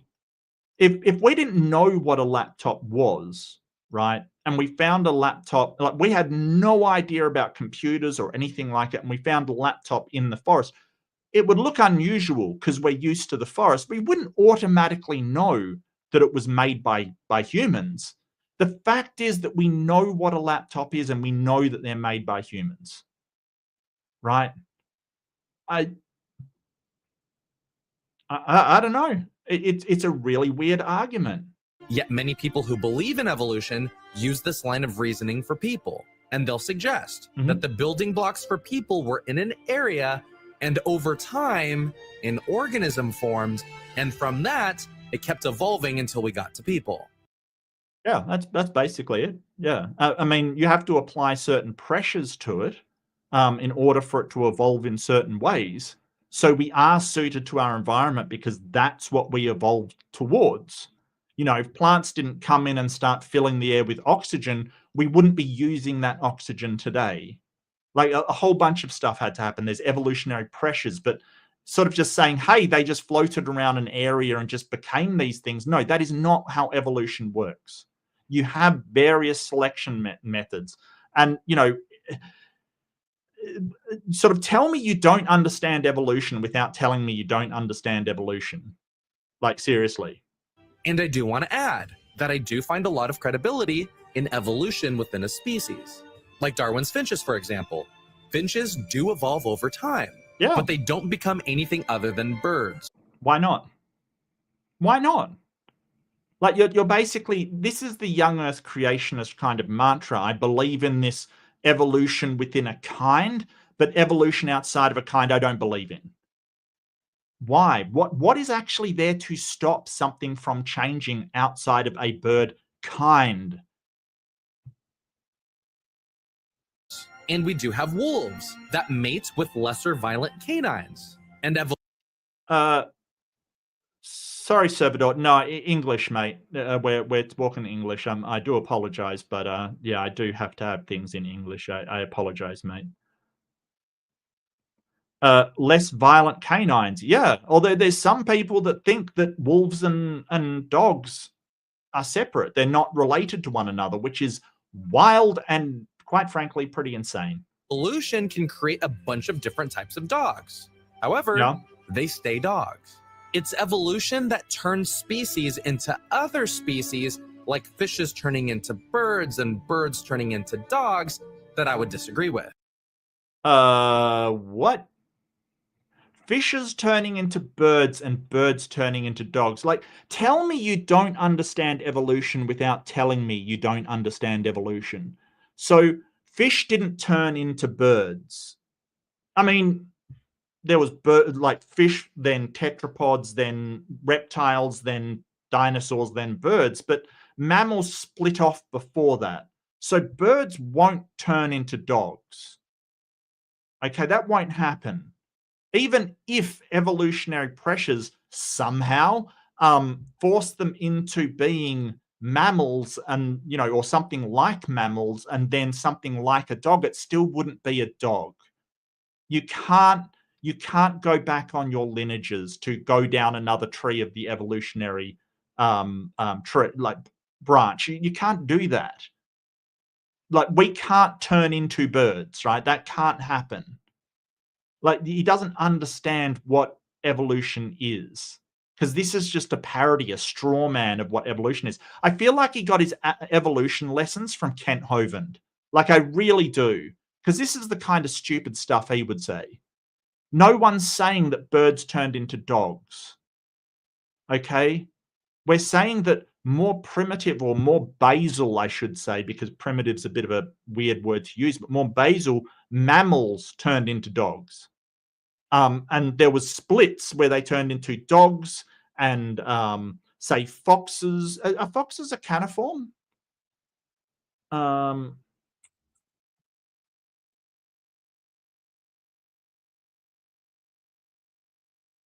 Yeah, so there was a split where things became caniforms, which are like dogs, wolves, bears, raccoons, seals, right? They're a caniform.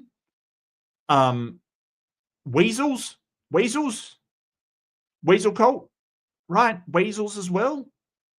Okay, and then that's, say, split from feliforms like tigers and cats and hyenas are a feliform, right? They split up, and from then a hyena can't go back and then go down the dog track. It doesn't work like that, right? But the hyenas are very dog looking. They're not dogs. They're not. They are more closely related to a tiger than they ever will be to a wolf, right? Even though they're more similar, you know, sort of just by looking at them. A really good one is the Tasmanian tiger, right? Or the thylacine, right? We call it a Tasmanian tiger. Where's a good picture of it? So this is a Tasmanian tiger, right? You might go, oh, well, it looks like it more like a dog. It's not a tiger. Well, yeah, but it's not that closely related to a dog. It's a marsupial. It's more closely related to a kangaroo than it is a wolf or some kind of prairie dog or something, right? Or some African hunting dog. It's a marsupial. So, you know, this is kind of the problem with the way he's taking it. He thinks that anything can become anything else, and it doesn't. And we're not just taking this in a vacuum. All of this is genetically proven. And the reason why is because in our fossil record, I don't recall seeing much of any transitional species that were in the middle of evolving. Really, no transitional species. No transitional species.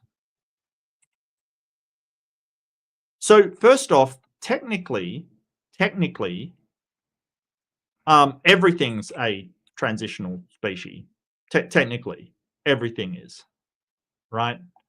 But we have things called mosaic species, which have the traits of both the, you know, sort of where they come from and where they go. So this, for instance, this is a mosaic. It basically is a bird with unfused claws on its wings, right? It doesn't have those claws fused into its wings. It also has a tail like a lizard, not like a bird, right? But it does have feathers and traits of birds as well, the hips of a bird and the breastbone of a bird. It has all of these things from both dinosaurs and birds. I don't know what else you would want. And the fact that Darwin himself predicted they would find this, and a year later they found exactly what he said he described: a bird with unfused wing fingers. Like, this is the thing. Like, you couldn't have looked that hard, because this kind of mosaic species is everywhere, like everywhere. But that's a really good one. The theists argue over whether Archaeopteryx was a bird or a dinosaur. They argue over it because they cannot tell, because it has so many traits of a bird and so many traits of a dinosaur. So I don't like, you haven't seen any transitional species. You have not been paying attention, sir, at all. We have thousands of them. So going back to the argument of design, complex and intelligent design requires a complex designer. So when you look at the complex... How do you know the design's intelligent? Using the same breathing hole for, the same hole for breathing and eating food leading to the organism choking doesn't sound that intelligent to me.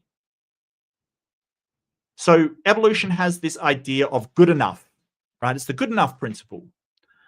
With evolution, as long as something is good enough, it will do. As long as it gets the genetic, reproduction, the organism to get there, that's good enough. It doesn't try to improve on it. It's good enough. And that's a principle within evolution, because we see all of these things. We see, like, for instance, in our immunological reaction, like a cytokine storm can take you out in the process. Yeah. So if you get infected with something, your body tries to fight it with sort of, these B cells. And then if that doesn't work, it basically sends in the troops and can end up destroying your own body in the process. Is that intelligent? No. It's just what it does. It's good enough. The recurrent laryngeal nerve that we were talking about, it's good enough. So it doesn't change, because things can survive with it. And we see this all over the human body, all over it. Yeah. Complexity of people and all that makes up a single person, this kind of complexity had to have come from some higher power. Okay, so this is just an argument from incredulity. He's just going, well, I don't think evolution could explain this, so therefore it had to be a god. Again, it's a god of the gaps. Like, what if it was aliens? So he's setting up this sort of false dichotomy between evolution and a god. And I've always pointed out there's other options apart from evolution and a god. But even if evolution wasn't true, you still haven't gotten to a god or a higher power or anything of the sort. Especially an all-knowing, infinitely intelligent designer. Like, what was it, his day off that day? There's so many problems with the human body. Like, wow, okay. Wisdom teeth. Was he high that day? What's the idea with wisdom teeth?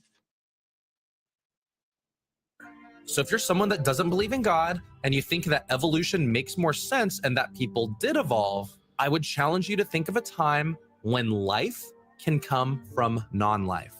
Yeah, it's a disciple of good old Kent Hovind, of course. Life comes from non-life. Yeah, abiogenesis. As I said, I lean towards amyloid world just because Grayson did a fantastic job explaining it.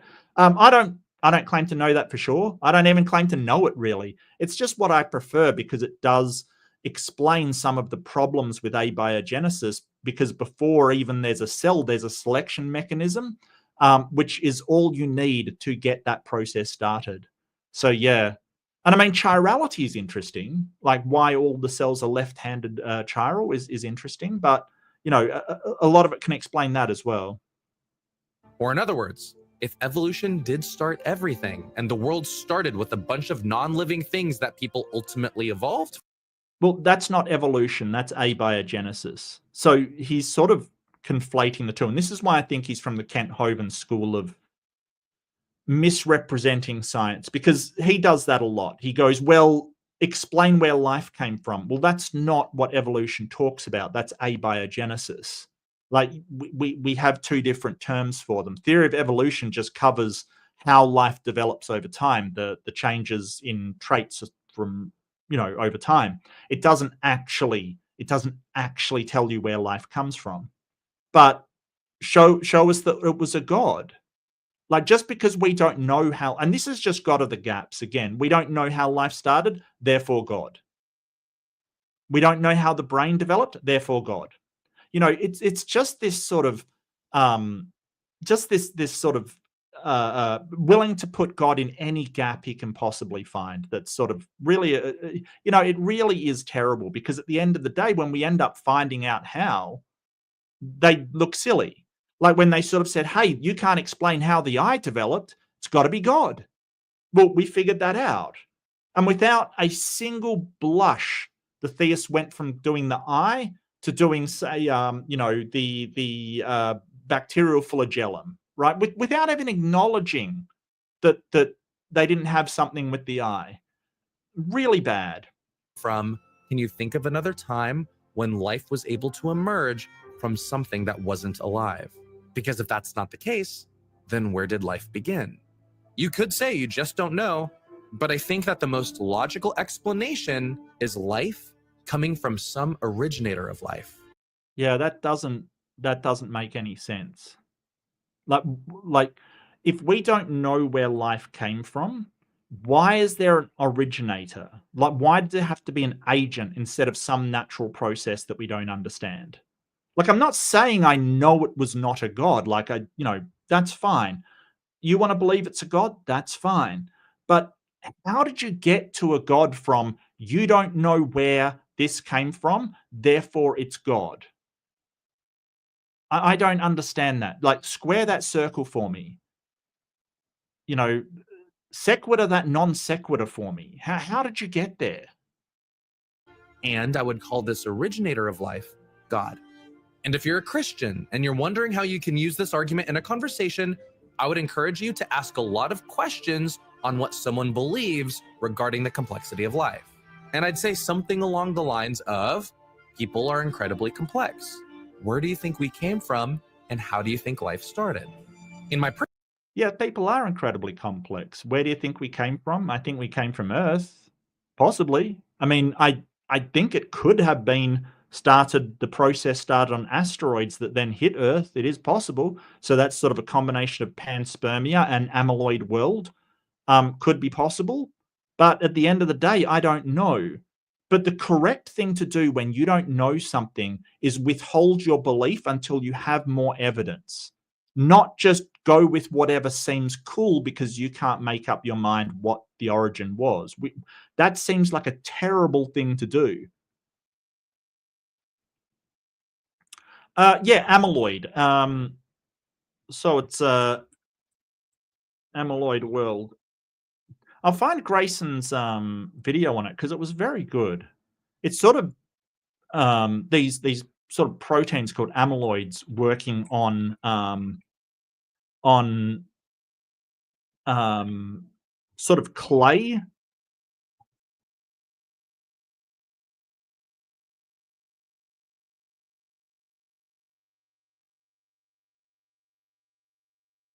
Grayson Hawk. Yeah, yeah. I get you, Jess. Tide goes in, tide goes out. We can't explain it. Yeah. But every time we do explain it, they just move on to something else. And this is what sort of Carl Sagan was talking about, where God just becomes the smaller and smaller circle of what we don't understand. You know, and sort of even what we do understand, like evolution, they just continue to deny that is real. And they deny it's real because they've got a vested interest in the God being true. Personal podcast, Practical Christianity, I interviewed my friend who works as a chemist, and I asked him what his view on evolution was. And he told me that as a chemist, he works hard to make sure that the chemicals he creates all have the correct measurements. So if his chemicals and complex compounds that he makes all require intelligence, he thinks that since the world and people have so much more complexity than the chemicals he makes, it only makes sense that a mind of greater intelligence is responsible for creating it. Yeah, that's ridiculous. That's ridiculous. It's really weird to hear somebody sort of say, hey, the world is more complex than chemicals. My guy, the world is chemicals. All of it's chemicals. You're basically walking around doing a chemical interaction. Like all of your bodily processes are chemicals. My guy, what? Because you haven't risen to the level of life, then God must have done it. I don't get his argument. I really don't. It's very, very strange. And I mean, there's biochemistry, which we understand a lot of. Not all of it, but we understand a lot of it. And then there's like chemistry in labs where we make inorganic chemistry. So they kind of are a bit different. And I mean, we make chemicals that nothing in the natural world can do. There's chemicals in the natural world that we can't replicate. Like, I don't understand how this gets you to a God and why the chemicals in life is more complex. I mean, yeah, probably more complex than some chemicals, sure. But that doesn't mean a God did it. It's just an argument from incredulity. I don't think these chemicals could have arisen naturally, therefore a God did it.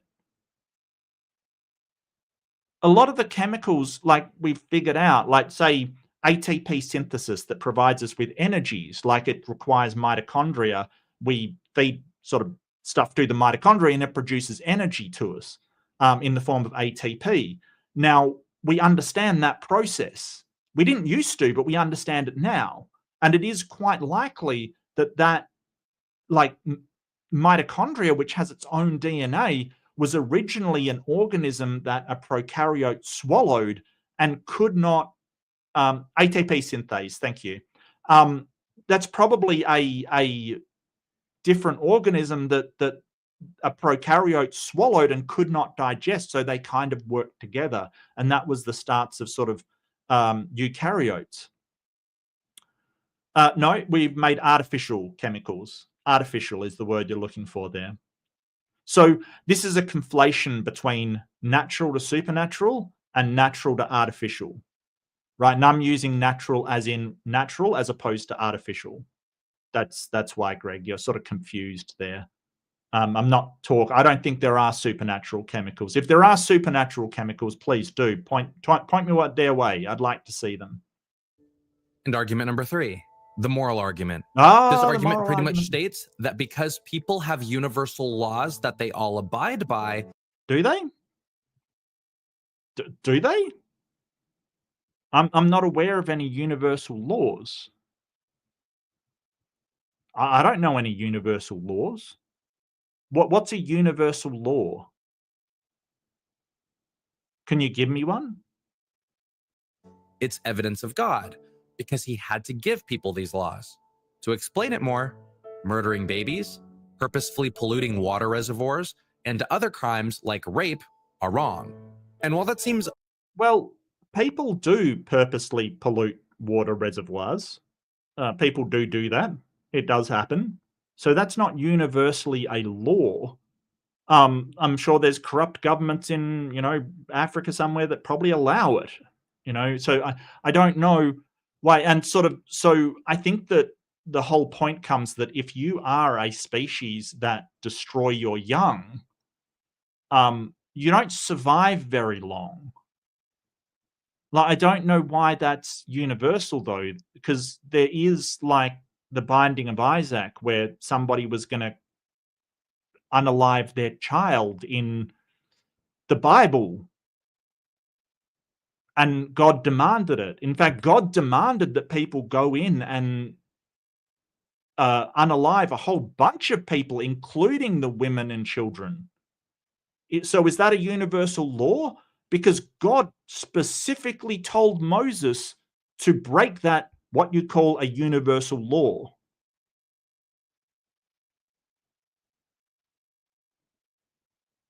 Obvious. And as for the last one, right, there is a thing in the Bible that if you do that to a woman and she's unmarried, right, she doesn't have a partner and she's been with nobody, you get to marry her.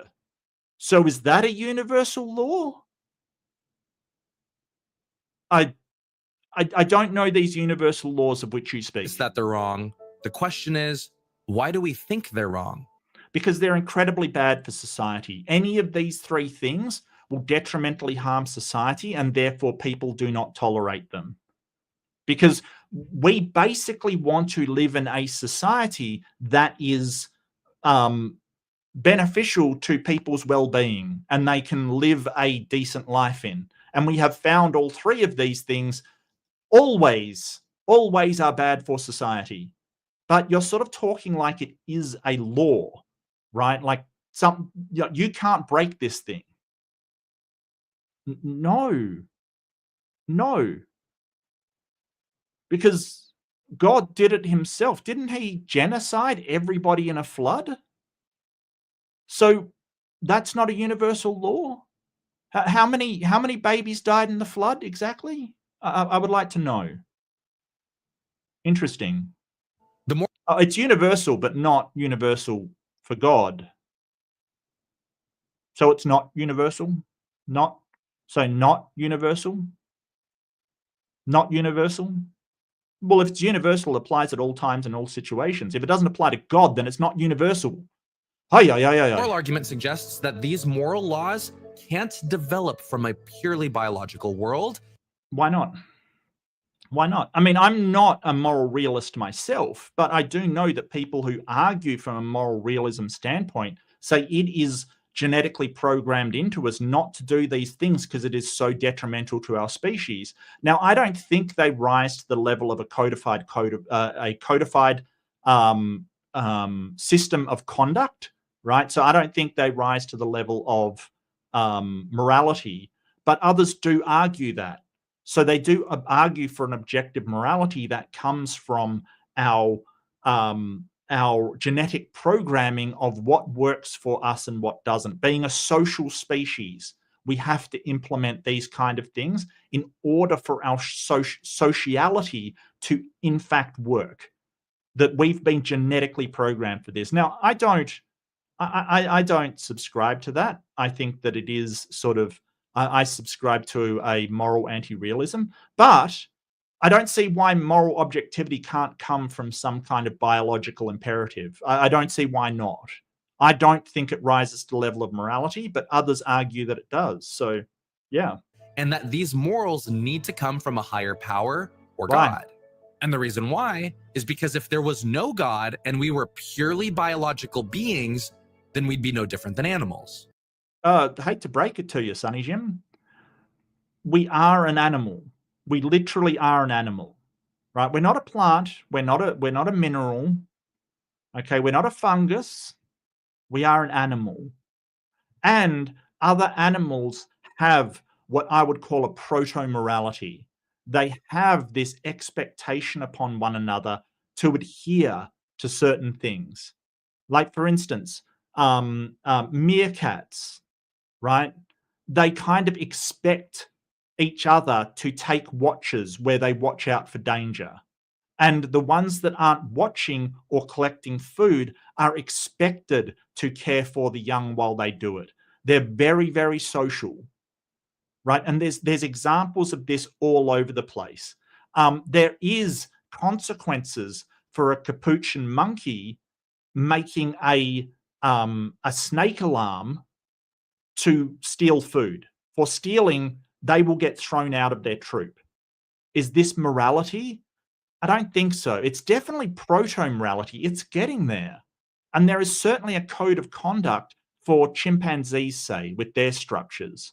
So when you say we are nothing more than animals, well, yeah, we are animals. We're nothing more than animals. But when you say it, it's so pejorative. We're very, very intelligent. Our ability to use like sort of pattern recognition and cognitive processing is amazing. But we cannot forget that we are still animals. We still have the same biological imperatives that animals do. And it's something to be aware of, not go, oh, well, we're not affected by that. We are. We still need food. We still need water. We still have a drive to sexually reproduce. We have all the traits that animals do. And when you say, hey, but we're a lot smarter, it depends how. For instance, chimpanzees have a way better short-term memory. Their short-term memory blows humans away, blows them away. Okay, or most humans away. I won't say everyone because some people have developed that a lot, but like chimpanzees are amazing at short-term memory. They're just not as good as, that higher level cognition, which humans are really good at. But that doesn't mean we're not animals. Because lions can kill gazelles and dogs can go have sex with other dogs without their consent, but lions don't murder gazelles and dogs don't rape other dogs. Yeah, that's because that's their sort of social code of conduct. That's because, like, unlike dogs, humans have to live in a society with other humans, and we have to make that work. We have to, there is consequences in animals for attacking one another. There is consequences, especially our closest neighbors within apes. If two gorillas are fighting, the silverback, the main one, may break them up. They may do things to keep peace because socially that's what they need to do. It's not rocket science. They're just acting like animals. So to really think about this argument, we need to consider why we as people think that things are wrong. Well, no, I don't think so, Fist. I don't think so. I think that like living alone in the wild is absolutely terrible. Like it's absolutely terrible. Humans aren't meant to live alone. We need social interaction in order to be human, basically. That's what we need. I think that sort of living in the wilds, you say, like a hunter-gatherer lifestyle, I mean, it can be fulfilling and people do enjoy it, but it is a hard life, like it's kind of nasty and brutish kind of thing. It is, our short-term memory. No, even in the wild, even in the wild, we're good at long term. We're good at remembering where animals have gone, and it may be something to do with the way that we hunt. We're persistence hunters. A lot of chimpanzees, they're ambush hunters. They'll jump out at things and capture them. We're persistence hunters. So in the savannah, essentially what we do is using huge amounts of endurance, which humans are absolutely amazing at. We would basically say, you see a gazelle, they would throw something at it, try to wound it, and it would run away.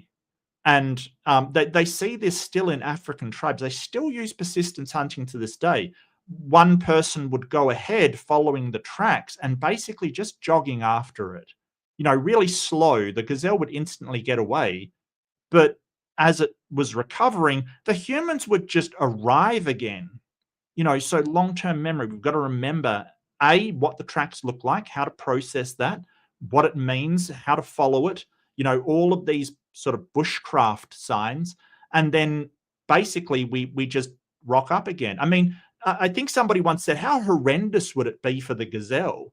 I mean, they're just hanging out and all of these hairless apes just turn up and start making a spectacle when it runs away and it's like, oh, I lost them. And then they just turn up again. It's like something out of a horror movie for the gazelle.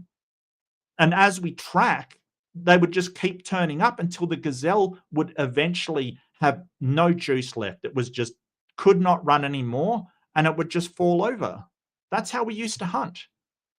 Just keep rocking up, keep arriving. And to do that, we needed to have long-term memory, an ability to do pattern recognition, because, you know, the gazelle would be off. We have no idea where it is, but we can follow trails. We can track it, which was awesome. And then, you know, eventually the gazelle would just basically drop on the spot. It couldn't run anymore. And that's when humans would just turn up. But it is kind of a high risk play, because if you don't, like, if you expend that amount of energy and don't get a reward from it, you're kind of screwed, right? You're kind of expended all of this energy, and then if you don't get anything, you know, it's like the cheetah has a high risk, high reward strategy. They puts so every stat point into speed. If it doesn't actually get a return for that amount of energy invested in it, it's kind of horrible. Because if we truly did believe that our world was purely biological, then we couldn't say that what Hitler did was wrong. And according to the Holocaust Encyclopedia, Nazi Germany did not just kill Jewish people. They also killed Black people, gay men, people with disabilities, and their political opponents. Yeah, and atheists. So what they did was wrong, by my view. Absolutely what they did was wrong by society's view. See, I don't make morality in my society. It really is my opinion mixed with everybody else's. It's intersubjective. So that sort of makes an ethical system. It's wrong by anybody's measurement, and it's also wrong by the Nazis, right? It really is, because what they were doing would never get them to their objective, right? It would never get to their objective. What was the objective of the Nazi brigade? It was to establish the Third Reich upon the world and dominate the entire world. They never would have gotten to that objective, especially not doing this crap. You know, invading Russia in the middle of winter, that would never get them to their objective. So think about this. That's if what immorality morals is. were not given to us by God, then the rules we have as a society would be subjective. No, intersubjective. It's not subjective, because I have a subjective opinion on morality, right? Just say I change my mind. Okay, when we're looking at the society, when we're looking at the ethics over a society, that doesn't change. Right? I could decide tomorrow that littering is a good thing to do. That doesn't make it moral for the society. It still deems that highly immoral. Why? Because it's bad for the society. That does not change. So it cannot be my subjective interpretation that makes morality across a society. Because if my morals changed, the societies wouldn't. So it can't be mine. All right? It's intersubjective. It's agreed upon between the society. Meaning, what's wrong for me may not be wrong for other people, and we could then respectfully disagree. Well, the question is there any objective law showing that's the case? Because people disagree all the time, right? Like, it happens all the time.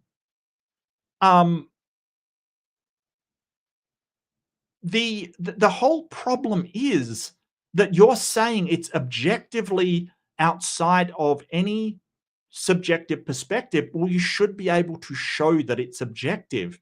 You can't just claim it's subjective and then go, well, if it's subjective, we could have differences on what's moral. Well, guess what? We do. We absolutely do.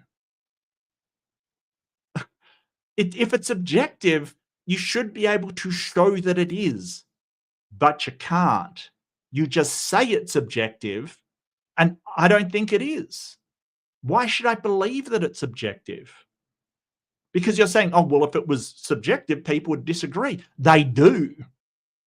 And we have, it's called the argument from moral diversity. There is a wide range of moral stances. If it was objective, we should be getting closer and closer to that one objective standard, but we're not. It's fracturing and people are disagreeing. But this moral argument suggests that there are things that we can't respectfully disagree with. Like, we can't respectfully disagree with Hitler. Right, because it's so detrimental to society, right?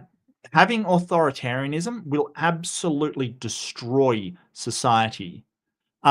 There is something called the social contract. It is the case that we have a implicit agreement with the government that they cannot do things like what this man did. So it would absolutely destroy the society. That's why. And we have to learn the hard way over time. We have to put up with, all of these people doing that. And guess what? Some people refuse to learn. Some people still want to try authoritarianism on. I don't know why. It's never ended well for the society. It's never ended well for individuals within the society. But they still want to try it for some unknown reason, because they don't like trans people or don't like immigrants, so they want to try on authoritarianism. Let me give you the tip. It will not end well. It will not. It will not be good for the society. It will not be good for you. And then you'll begin to understand why we say these things are immoral.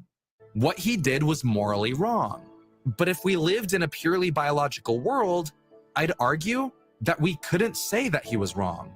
Okay, so a moral realist would say, hey, we have a social imperative that is biologically programmed objectively to have empathy, right? You have a sense of empathy and you have a sense of reciprocity, of fairness, right? And we've done tons of studies that show these are innate traits of human beings that are biologically programmed. Empathy, reciprocity. Right? So you can make the argument that objectively we are programmed to have these sort of societies that have moral infrastructure to them. No God involved. I don't personally agree, but I think you can. And that aside, I think that subjectively, did God come down and stop this guy? No. No, in fact, the Catholic Church was the first one to recognize the state of Germany at the time. The Catholic Church recognized him. They made a treaty with him. So no one's being stopped by this apparent moral law that you've got. So show that it is in fact objective, rather than me saying, hey, we will have a better society for people if we don't do this authoritarian thing.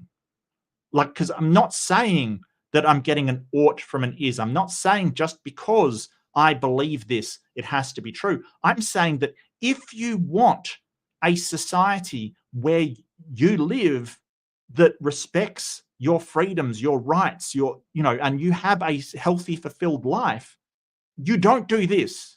That is morally wrong for that outcome. If you want to live in a society that's repressive, will banish people, will do that, well, yeah, that this guy will get you there. Do you want to live in that society? Because I don't. I really don't. Because he was just doing what was right for him. And people could argue that Well, no, he wasn't. He was hopped up on, forced marches, they called it on the time, and absolutely out of his mind. He was not doing the best for him, because there was no way that he would end up anything but where he ended up. If the Allies didn't take him out, somebody in his circle probably would have, and then assumed power. It's usually the fate of most dictators. objective moral values could emerge from a society, but if objective moral values did begin within a society, how would we know which moral values to defend? Well, whatever gets you to the best society. And it's not sort of objective, it's intersubjective. It's agreed upon between people all trying to give their opinion of, how we do society for the betterment of all. I mean, some people don't believe in a society for the betterment of all. They believe in a society for the betterment of them.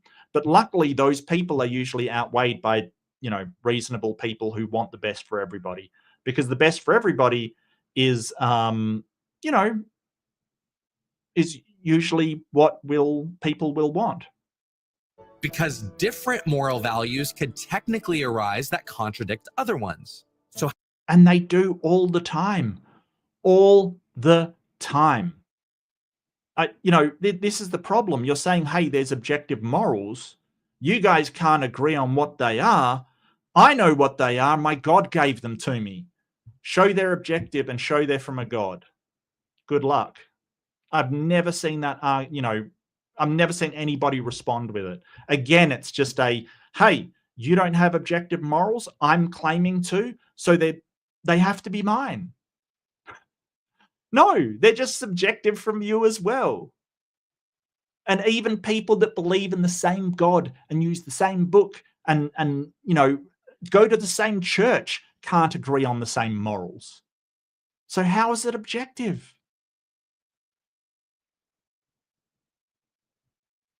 And if you think there's objective morals out there somewhere and somebody had to interpret them and write them down, and then people have to interpret them from the script, it's still not objective.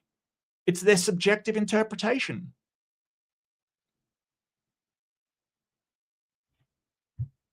I mean, I would like there to be objective morals, things that we know are right and wrong, and irrelevant of what your opinion is. That would be nice. But I don't think they exist. And just saying, hey, my book tells me that my God gave me these morals, when in fact, Christianity and Islam and all of the theists have made horrendous acts in the past. Why should I believe you? Show that they're objective. Good luck. How do we know rape is wrong? And if it is wrong, then how do we know it should stay wrong? Because it's terrible for society. Because that would make society collapse. I don't know how else to explain it. There's certain societies that were around where it wasn't. See my thing earlier about the Old Testament and what happens if you actually force relations with somebody that's not married. She has to then marry you. Biblical family values, ladies and gentlemen. Biblical family values. So yeah, is it wrong? Not according to the Bible. Well, sorry, if she's married and you do that, yeah, that's wrong. That's really wrong. Like, you will get killed for that. But I don't think that's because the woman was in some way violated. I think it's because the man's right to that woman was violated. Because if she's unmarried, you just get her. Biblical family values. I don't think the idea of objective moral values developing within a society answers this question. So all that to say, the moral argument states that because we have moral values that all our societies hold, values such as not murdering and raping people, it's indicative of some higher being giving us those. No. So that basically comes down to empathy and reciprocity, and they're not sort of these things that people are subjectively making up. We all have empathy and reciprocity, or most of us. But the question comes, and here's a question for the theists in the chat. If these are, these moral values are law, and we're all expected to follow them, then why did God choose not to give psychopaths a sense of empathy? Why is that? If we know that these morals are based upon empathy, our feeling for our I'll put that another way. It's how we know how others are feeling, mostly by using mirror neurons to copy their emotions. It's the reason why React channels are so popular. It's because when you see somebody overjoyed, happy, you feel that. Where does that come from? That's empathy. It's mirror neurons. It's basically the neurons associated with that feeling fire when you see it. But that doesn't happen with psychopaths. They can see someone overjoyed holding a puppy and go, why should I care? So why would God stop them from feeling the feelings that we know biologically encourage pro-social as opposed to anti-social um, um, behaviors? Why? It makes no sense. You've got this objective morality that says all of these things are wrong, and then you give a whole bunch of people the capacity to avoid any kind of conscience in doing them, any kind of empathy about other people doing them. So why? Why do that? I've never gotten an answer. So he basically makes a moral law and then gives people the capacity to ignore it. Why? I don't get it. I don't get it. Because I'm you know, I've got a lot of empathy for people. I know people that don't, and it's not their fault. That's the thing. This when someone's a psychopath, it's not their fault. They literally have no sense of empathy, and we try to help them. And you know, they get a bad rap. They can get a really bad rap because you know people see them as murderers, and not necessarily. We can help them. We can help them understand that hey, things will be better for them if they don't do these kind of behaviors. But they literally have no sense of empathy, and I feel sorry for them because they'll never see somebody somebody that is holding a puppy and go, oh, that's cute. No, they don't care. But why would they care about that? It's you know, I struggle to think along those lines. But there's very people who do have psychopathy that are productive, healthy members of society that assist with things. But you know, why did God not give them a sense of empathy to feel for other people? Who knows? Who knows? Values. So if you don't believe in God, I would challenge you to think of where your conscience came from. Like, you have a sense of right and wrong. Mhm. So where did that come from? Empathy and reciprocity. So empathy is being able to feel what somebody else feels. Reciprocity is basically a sense of things being fair. And this isn't just humans. We see this in monkeys and other apes and even dogs and cats. You ever given a treat to a dog and the other dog doesn't get one? Right? They'll be looking at you going, "What? Where's mine?" Right? That's reciprocity, the idea that things are equal across social animals. Okay, that's what we have. So if you haul a rock and you get like a really bad piece of meat from the whatever you know shared thing you have, someone does less and gets more, you start to say, wait a second, that's not fair. That's the feeling that you get, the sense of fairness, the sense of, hey, I do this, I get this, they do that, they get that. That is fair. And it's a feeling that we've replicated in multiple different animals, reciprocity. So empathy and reciprocity are basically where the conscience comes from. Like, because you can tell, like, if you only do something minor and you get a lot more than somebody that you feel you don't deserve, you can understand how put out they are. That's empathy. And you feel like, hey, that's kind of unfair on them and on the society in general and on my tribe and on my people. That's reciprocity. So these two things can give you a conscience. Look, what I did was unfair, and they're probably, you know, upset about it. There you go. That's where it comes from. And why is it that humans are different from animals? And why can't we just kill and have sex with whoever we want to? Because I think that the best explanation for why we have this innate sense of right and wrong is because God put inside all of us a conscience that sees and holds universal and moral laws. Except psychopaths, who he just, you know, threw them down. Maybe it was his day off, just didn't care. Um, you know, whatever. Okay. Takes about 30 minutes of traffic to find parking, burn through all of my human energy. I mean, I have a love-hate relationship with people. I think that I do like people's potential. I think that potential is being absolutely unrealized, and I think that there's way too many of us. I think at the moment our current trajectory is unsustainable. That's all I'll say on that. Our current trajectory is unsustainable. And I don't think that any God is going to come to help us. So I think that sort of the unsustainable trajectory that we're on, something will have to change.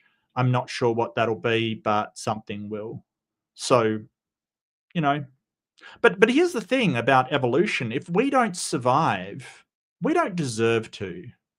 Like, if we can't use these big, beautiful brains that we've got to realize what we need to do, then nature will just, you know, wipe the canvas and start again. It's not a big deal on the whole scale of things. It's not a big deal at all. I remember George Carlin saying, you know, the people going, save the planet, save the planet. The planet's doing just fine. The planet's had way worse than us. No, we need to save ourselves. We need to save our species, because the planet's gonna be fine. It'll just shrug us off and start again. Won't be a problem. The question is, can we wake up and, you know, realize where we are and what we're doing? I don't know. Be interesting. And if you're a Christian and you want to use this argument in a Yeah, conversation, right on. I would encourage you to ask questions like, where do you think we got our sense of right and wrong? And do you think what Hitler Empathy and reciprocity. did was wrong? And why do you think that? Yes, I think what Hitler did was wrong because it was so detrimental to his society, other societies around him, and human beings in general. So as we realize more and more about our position in the universe, where we are, and sort of in this solar system, even, you know, perched on this what seems to be a tiny little rock, we understand that certain actions are going to be detrimental for all of our species, for everybody concerned. Even if the mustache man can't see that far into the future, wrecking the entire world to self-satisfy your own ego and bloated ideology is really bad for everybody, including you and your descendants. So that's kind of what I base it upon. And do you think it's possible that we got our sense of right and wrong from God? And if not, why do you think that? And how did you come to that conclusion? No, I don't, because all of the followers of God all disagree on morality. It's called the argument from moral variability. The God in your Bible and any God has never presented anything that matches up with modern day morality as part of their moral system. Even, you know, the New Testament with slaves obey your masters and things like that. It's pretty horrendous if you've actually read it. But that aside, if it is some kind of not the Christian God and some kind of nebulous God out there, some kind of deistic God, then he didn't hand down anything as far as morality is concerned. That's the thing. This idea that doing things are right and wrong seems to be both a combination of a proto-moral emotional reaction to empathy and reciprocity, and the intersubjective moral systems that are sort of constructed from what we're aware of what works for us and what doesn't. That seems to be where it comes from. And if there was an objective morality that God handed down, I don't think we would have had all of the crusades, inquisitions, all of the horrible stuff that's happened, because people would agree. I can't think of anything that's objective that the more we study it, the more we disagree on it. Like, you know, you have like something like gravity that's objective. We kind of, you know, pin it down and start to agree on it. Morality, not so much.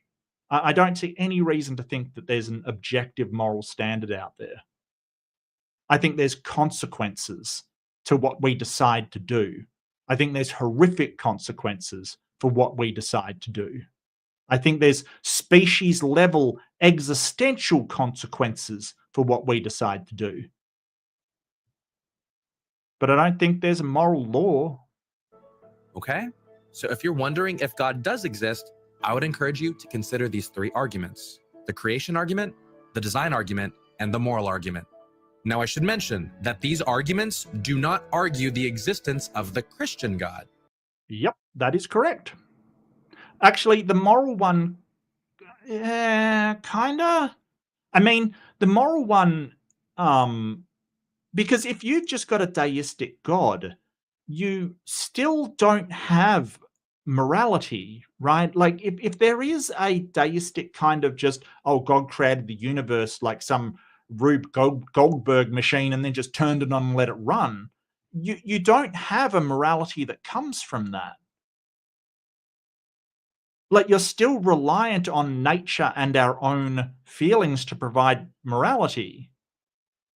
You don't have a moral system laid down. So morality is the code of conduct that is accepted by all rational people. So the code of conduct without the Bible, there is no code of conduct. Like, you're relying on the Bible to say murder is wrong. Well, people have killed each other forever. If it's not the Bible saying that, then where's the objective morality saying that it's wrong? Except that you feel it's wrong. Like, I get that your book says it's wrong, and that would be a moral code, sure. But without that, and it's not the Christian God, then where does your moral code come from? Yeah, I think this guy's really confused, or Impact Ministries, whoever he is very confused, because he kind of used these moral teachings as being objective morality because the God gave it to us, and then sort of said, oh, well, it's not for the Christian God. Then you've just thrown morality out the window because there is no code of conduct because you don't have the Bible. Whoops. I don't know. I'll actually cover those arguments in another video. Yeah, and that's a good point. That's a good point. The Kalam doesn't argue the existence of any God either. It just says the universe has a cause. That's absolutely true. But if anything, these arguments provide a good start when it comes to conversing with people about the possibility of God's existence. Most of the time when I talk to people about God, I found that most people do believe in some type of God. And if that's the case, I'll jump into specific arguments that support Christianity. I can guarantee you this guy lives in America, because when you talk about God in Australia, most people don't believe in a God and don't really care. Like, they don't care. You know, the rent's due, the shopping needs to be done. Who gives a crap about the God? Like, seriously, I think Australians are a very pragmatic people at the end of the day. Most people don't believe in God over here, or won't be interested in discussing it, kind of thing. They might have their own personal beliefs, not really interested in discussing it. It's kind of very different over here. Welcome back, Tori. You're just in time to catch the end of this, I think. I'll leave it go. Sense of right and wrong from God's argument, the disability of God's existence. Most of the time when I talk to people about God, I found that most people do believe in some type of God. And if that's the case, I'll jump into specific arguments that support Christianity. But if they don't believe in a God, then I'll cover one or all three of these arguments. And honestly, these arguments should not be used to prove people wrong, but to start a discussion on what they believe. Yeah, and the interesting thing is that these arguments don't generally convince people. They seem more to bulwark the Christian's faith in a God than actually convince anybody else. Most people, obviously this is anecdotal, so do take this with a grain of salt, as everything I say with a grain of salt. It is the case that I have found that it is experiences in their life, or the way that they felt the Holy Spirit come on them, and then sort of being propped up with faith, that lead people to Christianity. It's usually not these arguments. And William Lane Craig said something similar. It's none of the arguments William Lane Craig made him believe in a God. None of it. He said it was pragmatic reasons and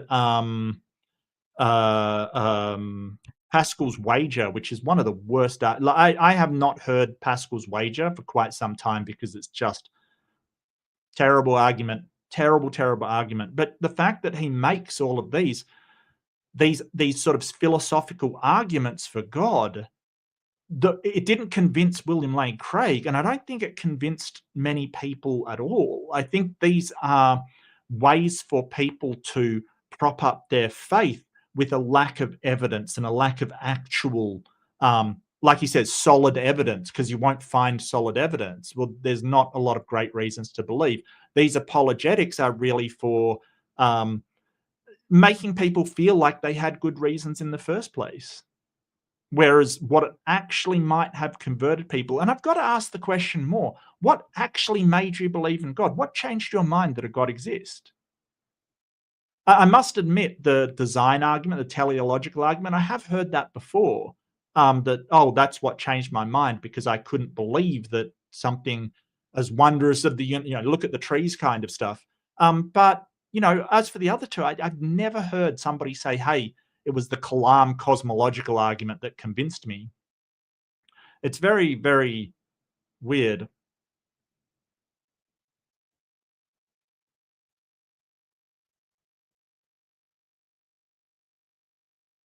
Yeah, yeah. But I mean, that's 2021. I think it's 41% now. I think it's a bit higher. And Christians are only 40 something percent as well. So it's not even a majority Christian country anymore. Yeah, and definitely not. Yeah, you're right, Jess. Definitely, yeah, most of them consider them to be metaphors, for sure. That's okay. I don't have a problem with Anglicans or the universal ones, the ones that are basically like, bring your own religion and just use our church. They're all right. I don't really mind them that much. But people that are basically going, well, I've never seen transitional fossils. Really? And most of the time, if you're humble and kind, people will listen to you and respectfully disagree. Yeah, humble and kind is not how I would describe my experience of theists, especially young Earth creationists. I don't know if this guy's young Earth or whether he's old Earth but no evolution. I don't know. He's definitely a fundamentalist though, because holy crap, dogs don't come from cats. What? Dogs don't come from birds, I think he said at one point. Why would they? So all that to say, if you do end up using these arguments, I would encourage you to use them in humility and in love. And if you don't believe in God, please know that my heart in writing this video is for you to see that there is some thought on why Christians can believe in a higher power. And whether you believe in him or not, I want you to know that Jesus loves you. He's never even sent me fan mail, quite frankly. I don't know. Unless Jesus has a membership, I'm not interested. I'm not interested. Look, if Jesus has a membership, I might give him some time, quite frankly. No, I'm joking, but yeah, I just this is where the preaching comes in when all else has failed. I feel like I'm being love bombed for some reason. I know that's probably not his intention, but I really do feel like I'm being love bombed. Speaking of love bombing, do I have any more free readerships available? He works you. He certainly does. No. Membership gifting? No, I don't.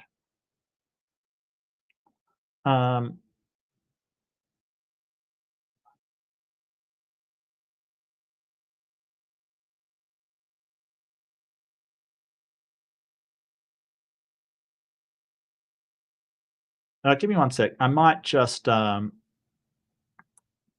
membership gifting.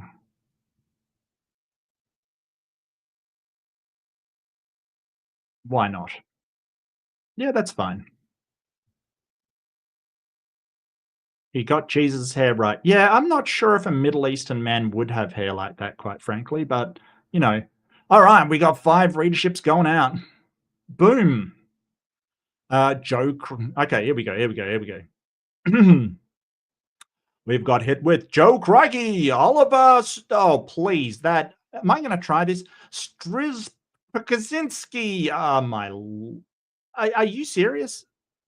Oliver Strzepazinski. That is terrible. Broadcast Cat Lunchbox Stoic 9. I feel like taking away your readership just for that name. No, it's totally fine. It's my Western lack of understanding of other languages. Look, I wish I spoke another language. I don't. Jesus loves you. Okay. Well, I mean, he hasn't even sent me flowers. I don't. I think that's about it. Yeah. Cool. All right. So those were the Impact video. Impact Ministries, which I still contend sounds like a print shop for Christians. Maybe he meant Jesus, maybe Top G, maybe. I would probably believe it more.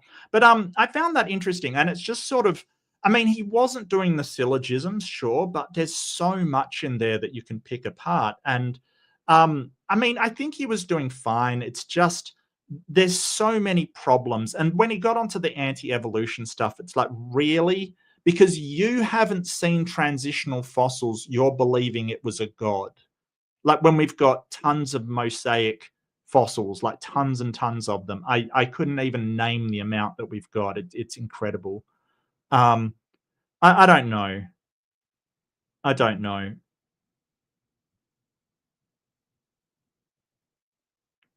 Oh, and Hillhugger, member for 24 months. Damn, Hillhugger, that is some impressive support. Thank you so much. Don't worry, Mark. Here's some Jesus love. Oh, look, you know, you could have changed your name to Jesus, but I appreciate it, Hillhugger. Thank you so much. That's awesome. 24 months. There you go.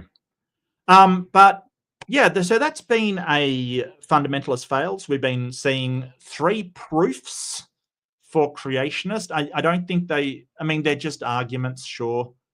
Left-handed Jedi member for 17 months. Love you guys. Love you too, buddy. You take care of yourself. Look, I encourage everybody to be at the No Kings thing. If you do need to find places in your area, please do use it. But again, stay with people, stay safe, so stay with people. You know, ape together strong. You all know that. That should show you where they are in your area. And I'm so happy to see one in Australia just for random reasons. I gotcha. I wish I could go. I wish it wasn't on the other side of the country. I would honestly go if I could. But that's June the 14th. Yeah. So, but stay safe. Keep with your fellow humans. Humans good to be around in any situation. If you have the chance of, if you possibly could be in a dangerous situation, avoid it. Don't bring weapons. Don't bring things to make things worse. Peaceful protest. Sing at people. Left-handed Jedi can drop 3 people with a simple ditty. Take his example. You know, just peacefully protest. It is your right. Take care of yourself. Stay safe. Stay around people. It's probing time 666. Nathan Oakley's daddy, indeed. A member for 16 months. Screw you guys. I can do this too. Absolutely. Absolutely. Yes, everything is on the other side of the country from me. Basically, yes. But thank you, Probing Time. Really appreciate it. You're doing a live stream this Saturday with BajaCon. Are you really? Well, that's cheeky. Awesome. Yeah, so BajaCon, I wish I could go to BajaCon. I wish I could this year, and I'll see about next year. I have to get my act together and see what I can do. Where is your channel? I've got it here somewhere. Skeptic Spin. Where have you gone? Better not have unsubscribed me or something. I'm going to be really, really PO'd if that's the case.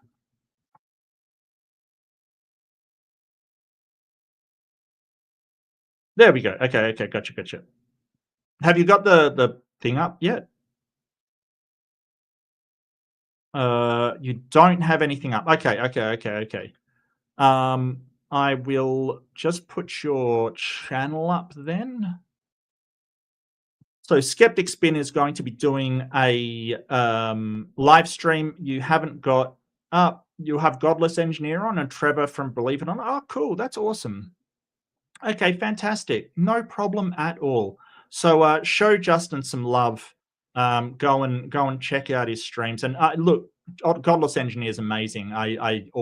He's just awesome. So yeah, really impressed. But don't forget, do be kind to yourself. Okay, don't get yourself in trouble. Don't make trouble for yourself. You're allowed to peacefully protest though, but don't be kind to yourself. Be kind to each other. Okay, be kind to each other. I like in this video that this guy said, hey, don't use this to make people feel bad or do that. Hey, credit where credit's due. He's trying to say, hey, Christians, be humble if you're going to use these arguments. I agree. I think that we see a lot of this dumpster fire stuff, and I'm not a huge fan. I'm just not a huge fan. But that's okay. I can give back, but I'd rather have a good conversation. Yeah, no, it's very weird. YouTube does some weird stuff. But anyway, do take care. On 2 days' time, so on Saturday night, we should be able to see how the protest went, because Saturday night I will be with Ember on this channel doing another debate dissection, and we'll be doing the Barker and Matt Slick debate still. Yeah, which should be Dan Barker versus Matt Slick, which should be awesome. So take care, everybody, and I will see you there.